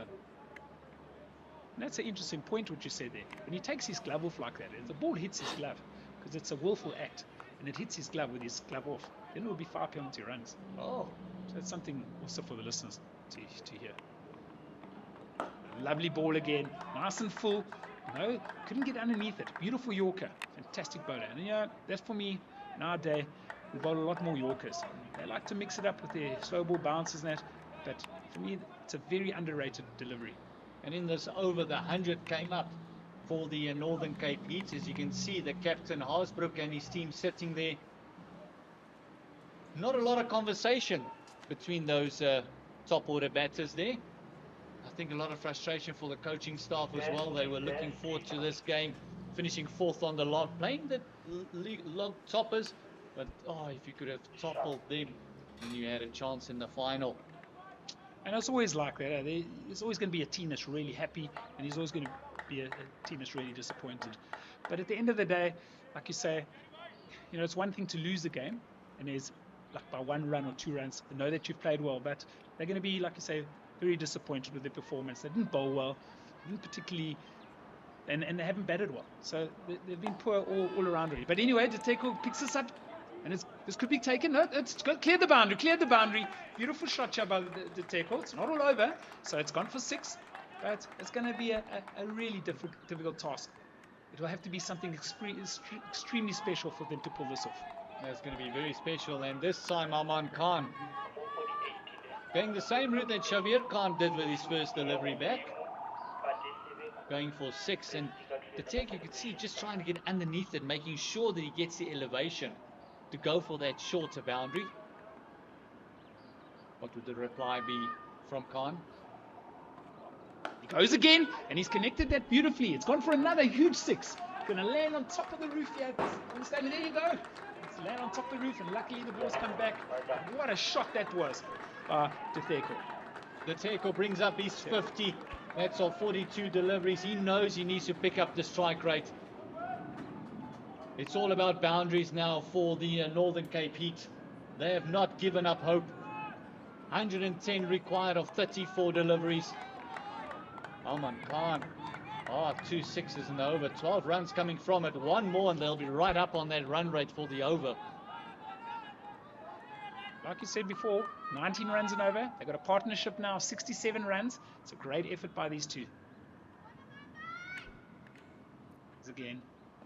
Oh, he's bowled it once again, but he just couldn't quite get underneath it. Just for the 1 to long on. Good fielding there by Brits. Got a wonderful 100 today. A little bit of momentum shift just with this partnership, realizing that this is the last partnership that might get them over the line. And like you said, you can just feel the momentum a little bit. They still feel, obviously feeling very comfortable, Eastern Storm, but a little bit, they know they just need to get 1 more wicket. There goes Hardest, another huge 6 here, straight towards us here. Catch it, Brad, catch it. And it's gone into the car park at the back here. So what a fantastic shot this for Hardest Viljoen. And again, I think the running has caused Hardest to look a little bit thirsty. Bring the balls, bring the spare balls. Hardest getting another drink after that mammoth 6. And he deserves it. Just a good old-fashioned whack down the ground. And it's a big one. And I was saying catch it, Brad, because it's right up past the comp box. It's quite interesting now here. Grant Thompson having a word to his bowler. And I think what they need to maybe look to do, I haven't seen too many slow balls there. So that's one tactic they could look at. Grant Thompson, maybe just slowing the game down, chat to his bowlers. He's got that experience just to calm them down. So yeah, maybe try this, a slow ball bouncer. I think that's another thing, vary your pace. Don't just get caught up and be like a rabbit in headlights. Just slow everything down, think clearly, have a game plan. It's very important, just that variation, that change-ups is so important. But join us in commemorating a significant milestone, 30 years of democracy in South Africa. Cricket South Africa has forged a path where every man and woman can embrace the joy of cricket, fostering inclusivity, access and excellence. Here's to 3 decades of progress and to many, many, many more years of changing lives through the spirit of this beautiful game. It's a well bowled there, nice and full and straight, and it looked like it would definitely hit leg stump, middle and leg, and very good decision there by Yuri Sadler. And I'm afraid that just could be the last straw. Hardes Viljoen going for another big one. That would have brought up his 50. He's on 44 of 19. And oh my word, we mentioned that his highest score was in the 40s, how they needed him to go on for another 3 or 4 overs. But didn't he bat well? Oh yeah, you can just say well done, Hardes. He just showed how easy it was once you get in on this wicket. And like I said earlier, obviously the batters will be very disappointed. That is cricket. But it could have been a different whole game if they'd just been a little bit more cautious early on in the innings. Hardes Viljoen bringing up his highest T20 score of 44 with that last mammoth 6, and getting out, losing his wicket at the wrong time for the Northern Cape Heat. But it just shows you that what you were talking about with the coach as well, that the positivity that he brings to the game for these youngsters. Tsepo Ntule, who opened up the bowling for the Northern Cape Heat, bowled pretty well. Under different pressure now. The Tseko's still there, 55 of 43. And well done to Arman Khan. He's gone for 3 sixes, gone for 19 in the over, and to come back like that. And like you say, maybe it was a good thing that the ball would hit up the ground. They had time just to chat about a few things. Grant Thompson could see he was chatting to him, gave him a few ideas, and it came off. Goes again, nice and straight at the wickets. And he's not even running here. He's not even taking the single. It just blocks it all the way to long on. So the Teko just trying to realizes he's the last hope. Keeping strike. It could be something to do with the strike rate of Ntuli. Only striking it at 75. Even his first class career, only a strike rate of 37. List A, only a strike rate of 46. So he's not a big hitter of the cricket ball, but he's there to do a job. He's there to, if he's on strike, just make sure that he gets that single, make sure the Teko gets on strike. As we see Khumalo changing ends, he's now coming in from the south end. 5 overs to go. Still got game on. It's not impossible. Mathematically, it's not impossible. 5 overs to go. Martin Khumalo coming in to Teko. Well bowled. Could this be his first wicket? Or just drop short of the mid-off? Just bounces over his hands and they run through for 2 runs. He keeps the strike. I'm very impressed with this youngster, Khumalo. He's bowled really well today. It'd be lovely for him to also maybe get a wicket. He deserves a wicket. We still have Bashir Walters on the sideline. He can hit a long ball as well. I've seen him in the past. He also did not have a great day with the ball in hand.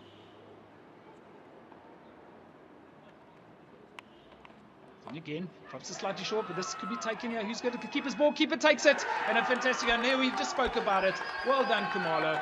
Look what a way, and you can see how happy they are for him. He really has bowled well today, so he really deserves the wicket. And they also know that would be all that she wrote for the Northern Cape Heat. Modiri Teko batted so well for his 57. He was the glue that kept everything together. And it was only him and Hardes that kept them in the game. You can even see everyone just, Devin Murray also just congratulating him there, realizing what a big wicket that is. And Martin Kumalo, what a wicket, your first one for the day, but what a wicket it is. It's the takeoff back in the hut, and it's 122 for the loss of 8. The man that you mentioned, Bashir Walters. Yeah, here he comes. And it's just nice to see, like you say, that sportsmanship, running up and just congratulate him, well batted. Bashir Walters, he's played there by the Warriors as well. Well, again, not known for his batting. He can hit a long ball. He does have in first class cricket. He's got 171 fours that he's hit and about 66 sixes. But his strike rate in T20s is only 81 with an average of 7. So a couple of big ones. They would love that. The equation, 101, 28 deliveries remaining. Lining up. Here's Martin Kumalo. Bowls. Lovely delivery there. Nice and straight once again. And Bashir Walters being the first delivery. Just having a look. Plays a sort of like in between forward defence and a back defence. I'll describe that shot. No real footwork, really. Made sure he got in behind it. That's it, yes. That's the word you're looking Oh, Martin Kumalo, 19-year-old and 1 day. Birthday yesterday, a little bit of a birthday gift there in the big wicket of the tackle. for. Oh, that's a very good delivery there. Gives him a short delivery. Didn't expect that. A little bit nippier than you think, Gert. So, fantastic bowling here by this youngster. And you know, it's Gert. It doesn't matter what competition you play in, whether it's league cricket, this division as well. To play in a semi-final or a final is a great achievement. I mean, I think back to my playing days. You remember all the finals you played, and you remember in the semi-finals, and even as an umpire, to be able to umpire a semi-final or final is a great achievement. So this youngster is really going to enjoy what he's done today. He comes steaming in again, and doesn't quite connect it. Gets a bit of a thick edge towards mid-wicket on the boundary, just for the 1 run. Now he's trying to hit the big one. Not really where he aimed. But the idea is a great achievement to play in any semi-final. Doesn't matter which division you play. This is what you play for, is that opportunity. That opportunity, that one chance. And if you're going to take it. Like I said, new coaching staff, reach the semi-finals. They can only go up from here. Can the Northern Cape Heat? Once again, lovely cut that. And it's running away for 4 runs. What a beautiful shot that is by Ntuli. Sepun Tuli take a bow. Last delivery of Martin Kumalo's spell. And you just spanked him for a lovely 4. 1 for 28 is his figures. As we see the faithful, the local faithful coming in on this weekday, a Wednesday, a working day. Hopefully none of them put in sick leave today, otherwise you'll be busted. Just watching a bit of cricket, enjoying their local team performing so well, and also this means that the final will be Eastern Storm. And you can just see it's a bit coolish today. They've all got their tops on. Yeah, they've got their jerseys and they've got their few blankets out there. So from a heat wave 2 days ago, or a day ago, now it's a little bit chilly. Yeah, here we come. So new bowler, Khan, and he's connected that view. That's the Bashir Walters that we know. He's got hold of that one and it's landed on the roof of the change rooms. What a wonderful shot here by Bashir Walters. Yeah, Bashir Walters has got a high score of 15. So he saw Hardis Viljoen getting his best ever of 44. So maybe he'll have a go at it as well. And Shabir Khan, his first ball of every over has not been his best delivery because he's gone for 6 basically in every one of them. Well bowled there. This time Bashir Walters just trying to make a little bit too much room. So we might have some career best batting performance by these veteran opening fast bowlers. Say again, Hardis Viljoen will definitely have a word or two to say to the top order. If you imagine if Bashir Walters gets another 30 or 40, that's going to be a very interesting session then. Asking the batters to bowl at him in the nets. Just tries to give himself a bit of room to free those arms of his. Well, But that's something quite interesting that I learned from Neil Mackenzie, is that, you know, when the West Indies, how they That's why they do so well in T20 cricket. They open up that front leg so they can get more power. So their right leg goes to the right side so they can free the arm. So it becomes like a golf shot. And they get more power and they can bring their hips through the ball. And that's how they hit these huge and bigger sixes. Not like in the day. We were taught to step into the ball. Yeah? Anyway, he goes short of a leg and he just nudges Ntuli, just nudges it around the corner. And I think his strike rate could improve here today, Gert. The way Ntuli's batting. Ntuli at the moment is going at a lovely strike rate, about 140. So definitely improving his strike rate.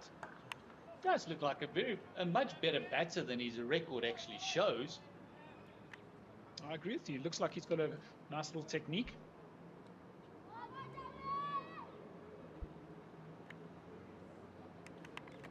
Bashir keeps on opening up with that front leg. Has to free his hands and arms. I think the difference between what the West Indies players do and what Bashir Walters is trying to do is they open up that front leg, but the core just stays a little bit straighter. The hips are a little bit straighter, so they can use that whole rotation to hit through the line. Bashir Walters is almost stepping on the umpire and square leg's toes and trying to get too much power. Yeah, I don't think he's a great example of what I was trying to speak about, but you're right. There you go, that same similar shot. That's a calculated edge. 45 picking it up, and he's pinching the strike as well, is Bashir Walters. He's also improving his strike rate because his T20 strike rate is only around about 75 with a higher score of 21. Sorry, that's T20 Tule. Bashir Walters isn't far behind from that. His higher score is 15 and his strike rate is 81. So also improving his career strike rate is Bashir Walters. So you could also get a career best here in T20 cricket. Huh? Just look at that scorecard again. Only 2 batters getting into double figures. And that was Mudira Tuteko with his 57 of 45 and Hardas Viljoen with his quick fire 44 of 20. Which included a big sixes. Comes Akan. Nice and full there. Giving him no room to free his hands and arms. So well bowled. Aman Khan coming in. So there are only 2 batters that have got into double figures today, which was Hardas Viljoen and Tuteko. And now we've got Bashir Walters being the third. Yeah, and he needs another 6, and then he could have his career best. Like I said, it's going to be a very interesting fine session tonight.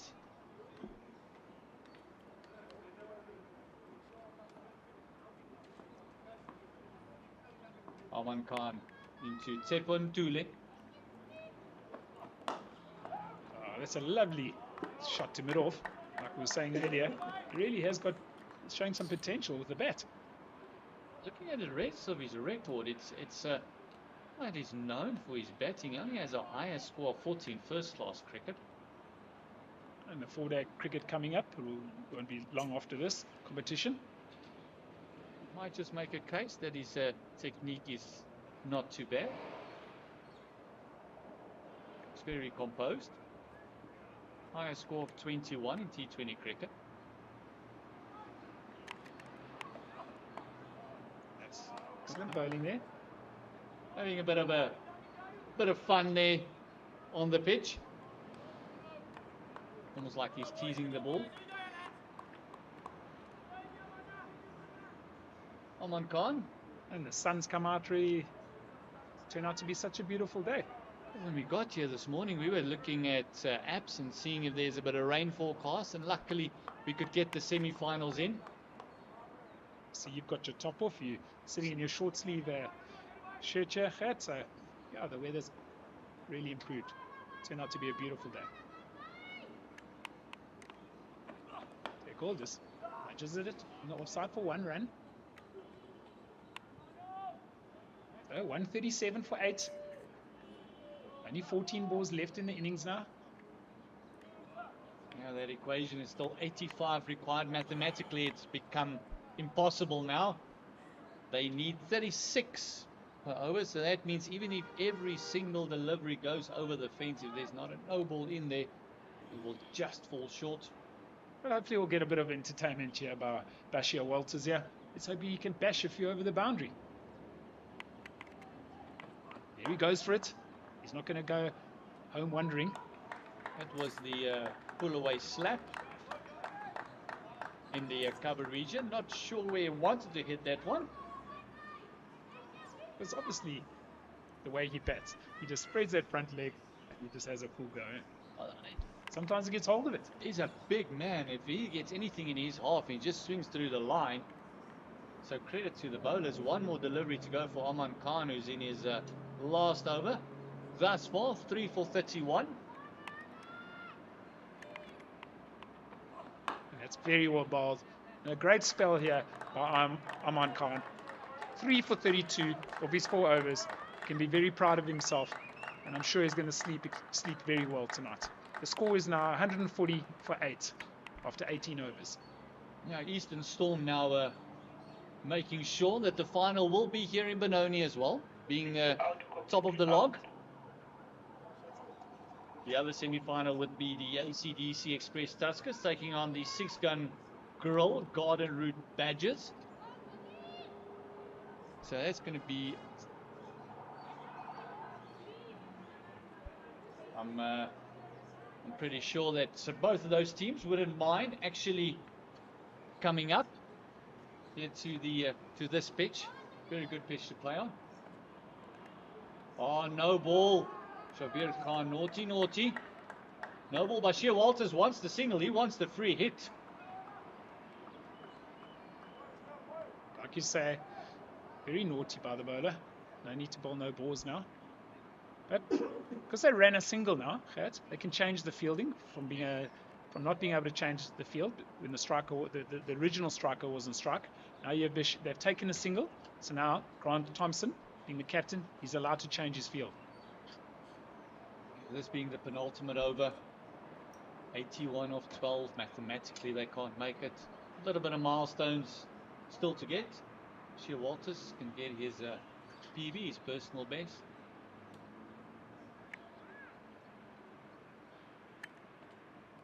There you go, spreads that leg again. Doesn't quite connect it. Gets 1 run. Getting a little bit closer to that's career best of 15. And Devon Murray just picking it up and throwing it in. You just feel the energy has just died down on the field as well. They know that it's just going through the motions, making sure that they finish up the match. Exactly. But like you say, at the end of the day, I think that's why we love this game so much, Gert.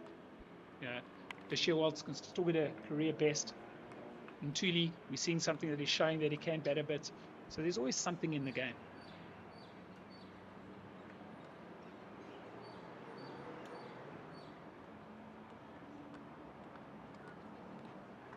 He's got an extra cover. He's got a 45, another guy behind point, and a 45 on the leg side. Very well bowled it, full and wide, inside the red line, so it's not a wide.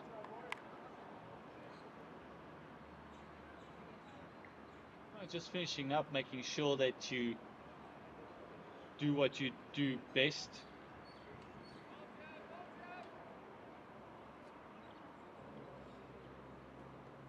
Three deliveries to go in this penultimate over in this contest. They're just playing it back to Shabir Khan. Bowled pretty well. 0 for 26, finishing up on his 4 as well. Yeah, even though he hasn't got wickets, like you say, Gert, to bowl 4 overs for only 26 runs, he's bowled extremely well. Can be very proud of himself. Well bowled. He bowls ends off with a beautiful slow ball there. Just rolls the fingers over the ball and deceives the batsman. Like I said, the final will be here in Benoni. First of the semi-finals taking place here now. It is the Northern Cape Heat going down to the Eastern Storm. Eastern Storm finishing top of the log, so that means they'll be hosting the final here at Willowmoore Park.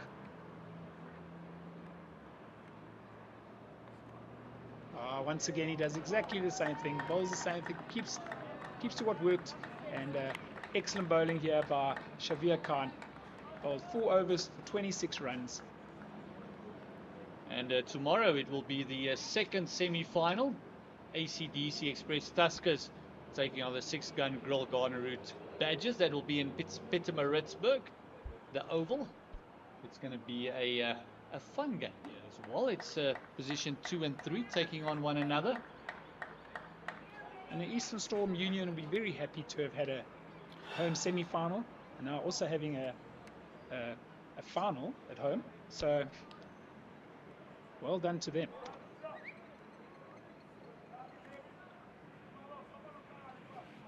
Final will take place on the 20th of October. We just have a look at the bowling figures there as Postumus gets ready to bowl the final over.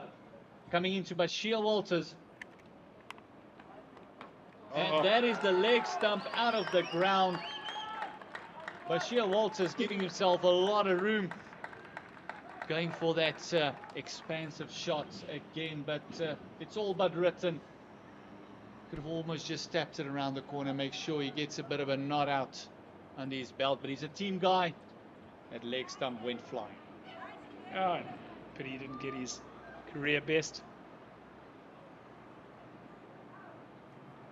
Yeah, it's Bashir Walters, the third man to score double figures.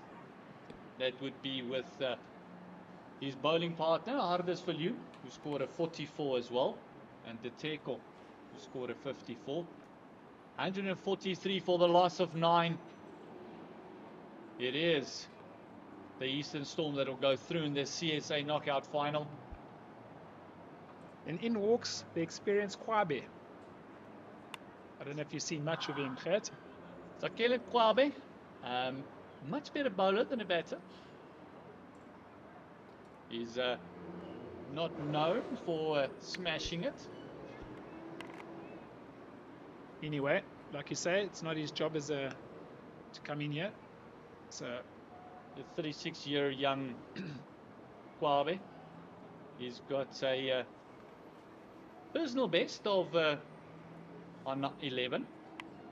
So, oh, we would love that. 2 big sixes. oh, just have a bit of personal fun. best, yeah. Have a good swing here. Let's see. There he goes. He has a bit of a swing. Postumus knows that he just needs to pitch it up. Have a bit of a swing. 1 more wicket to go. And Tule still having a word as well. Postumus can maybe get himself another wicket. Finish with 3 for 21. Would be a fantastic effort from him. There he goes. He goes short. He pulls it, but there's no one there. It's going to land in the gap. He just gets the 1 run.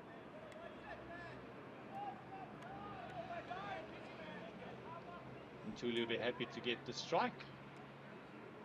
It's actually looked a pretty decent batter down in the order. He looked much better than what his record actually shows. And Tule has 8 of 13.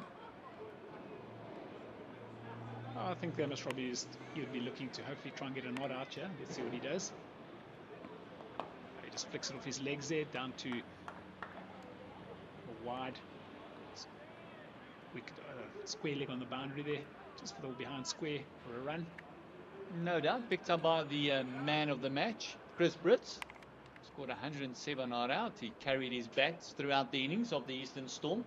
Also the highest run scorer of the tournament thus far. Over 400 runs. And he gives himself room and he cleans him up. And what a way to end. He picks up another wicket there, Postumus, and it gets him 3 for 23.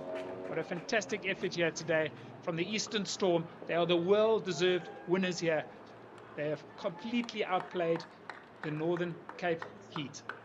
They've outplayed and technically have outbatted them completely. They were 26 for the loss of 1 in their power play. Then all of a sudden, that big partnership between Chris Brits and Daniel Rousseau just set them up, scoring 222 runs in their allotted 20. And this is a big win of 77 runs for the Eastern Storm, the first semi-final in the CSA Knockout Challenge. Congratulations to the Eastern Storm, 77 run victors. They'll have their place in the final. We can just give you a bit of a catch up on what happened Kabelo Sekokune was run out for 1. That's after facing 7 deliveries. And then all of a sudden, Chris Brits and Dani Rousseau got stuck. He scored 107 at Chris Brits. He is of 59 deliveries. Dani Rousseau is 66 of 45. And then Devin Marais, little cameo, he's 28 of 11. Came in quick time as well. That was the Eastern Storm and the Northern Cape Heat bowlers. Oh, they were very, very, very expensive. You can just see there. Have a look at that. It is, Brad, that's not what you want. Yeah, they just seem to beat them in all departments today. Yeah, just looking at the figures of Bashir Walters, he bowled 3 overs for 50 runs. It's a day that he's not going to want to really remember. And you got Sepun and Tuli, he bowled 4 overs for 30. He bowled pretty well. He bowled well. One of the bowlers of the day. An economy rate of only 7.50. And then Hardisvillian, 4 overs for 48. You won't be happy with his performance. And then you have Kwabe. He bowled 4 overs for 29. Bowled very well. Showed his experience. Rian Haasbroek, 4 overs for 47. Another one. Will obviously be disappointed in his performance. And then Kleinert just came in for that 1 over. But looking at the Northern Cape Heat's batting performance, only 3 of their batsmen getting into double figures. Maridi Letheko, I think the highlight of the day is probably the partnership between Hardisvillian and Letheku, and that's the only thing you can talk about the positive. And it's just being frank and honest. The only positive for them was their partnership between the two of them. Otherwise, I know it just wasn't their day. We do have days like that, and I'm sure they'll all come back stronger from it and learn from it. The fact that they made the semi-finals was a great achievement, but the team that deserved to win today were definitely the Eastern Stormers. So, without a doubt, the Eastern Stormers. We see those wicket takers there. Devan Postumus, 3 for 23. Aman Khan, 3 for 32. Tumelo Similani bowled brilliantly for 3 overs, and then Hardisvillian decided, hold on, I need to mess up the figures a little bit, hitting 3 mammoth 6s of him in 1 over, 3 for 36, and Martin Kumalo, the youngster, the 19-year-old, 1 for 28. And that was the first semi-final CSA knockout. Our first finalist is the Eastern Storm. It has been a phenomenal day of cricket. We've enjoyed it. Brad White, thank you very much for joining us. It has been an honor to share the combox with you. Thank you very much. To the production staff, thank you very much, guys. You did a great job. Scorers, thank you. Everyone here at Willowmoore Park, thank you for hosting us. The lovely lunch. It was an honor to be with you once again. And enjoy the rest of your week. Don't forget, there is a match at Wanderers taking place this afternoon as well. So keep it here on the CSA channel live on YouTube. It is the first finalist, the Eastern Storm, will take on whoever wins between the Badgers tomorrow and the ACDC Express Tuskers in Pietermaritzburg. So join us on the CSA channel. Next up will be Wanderers.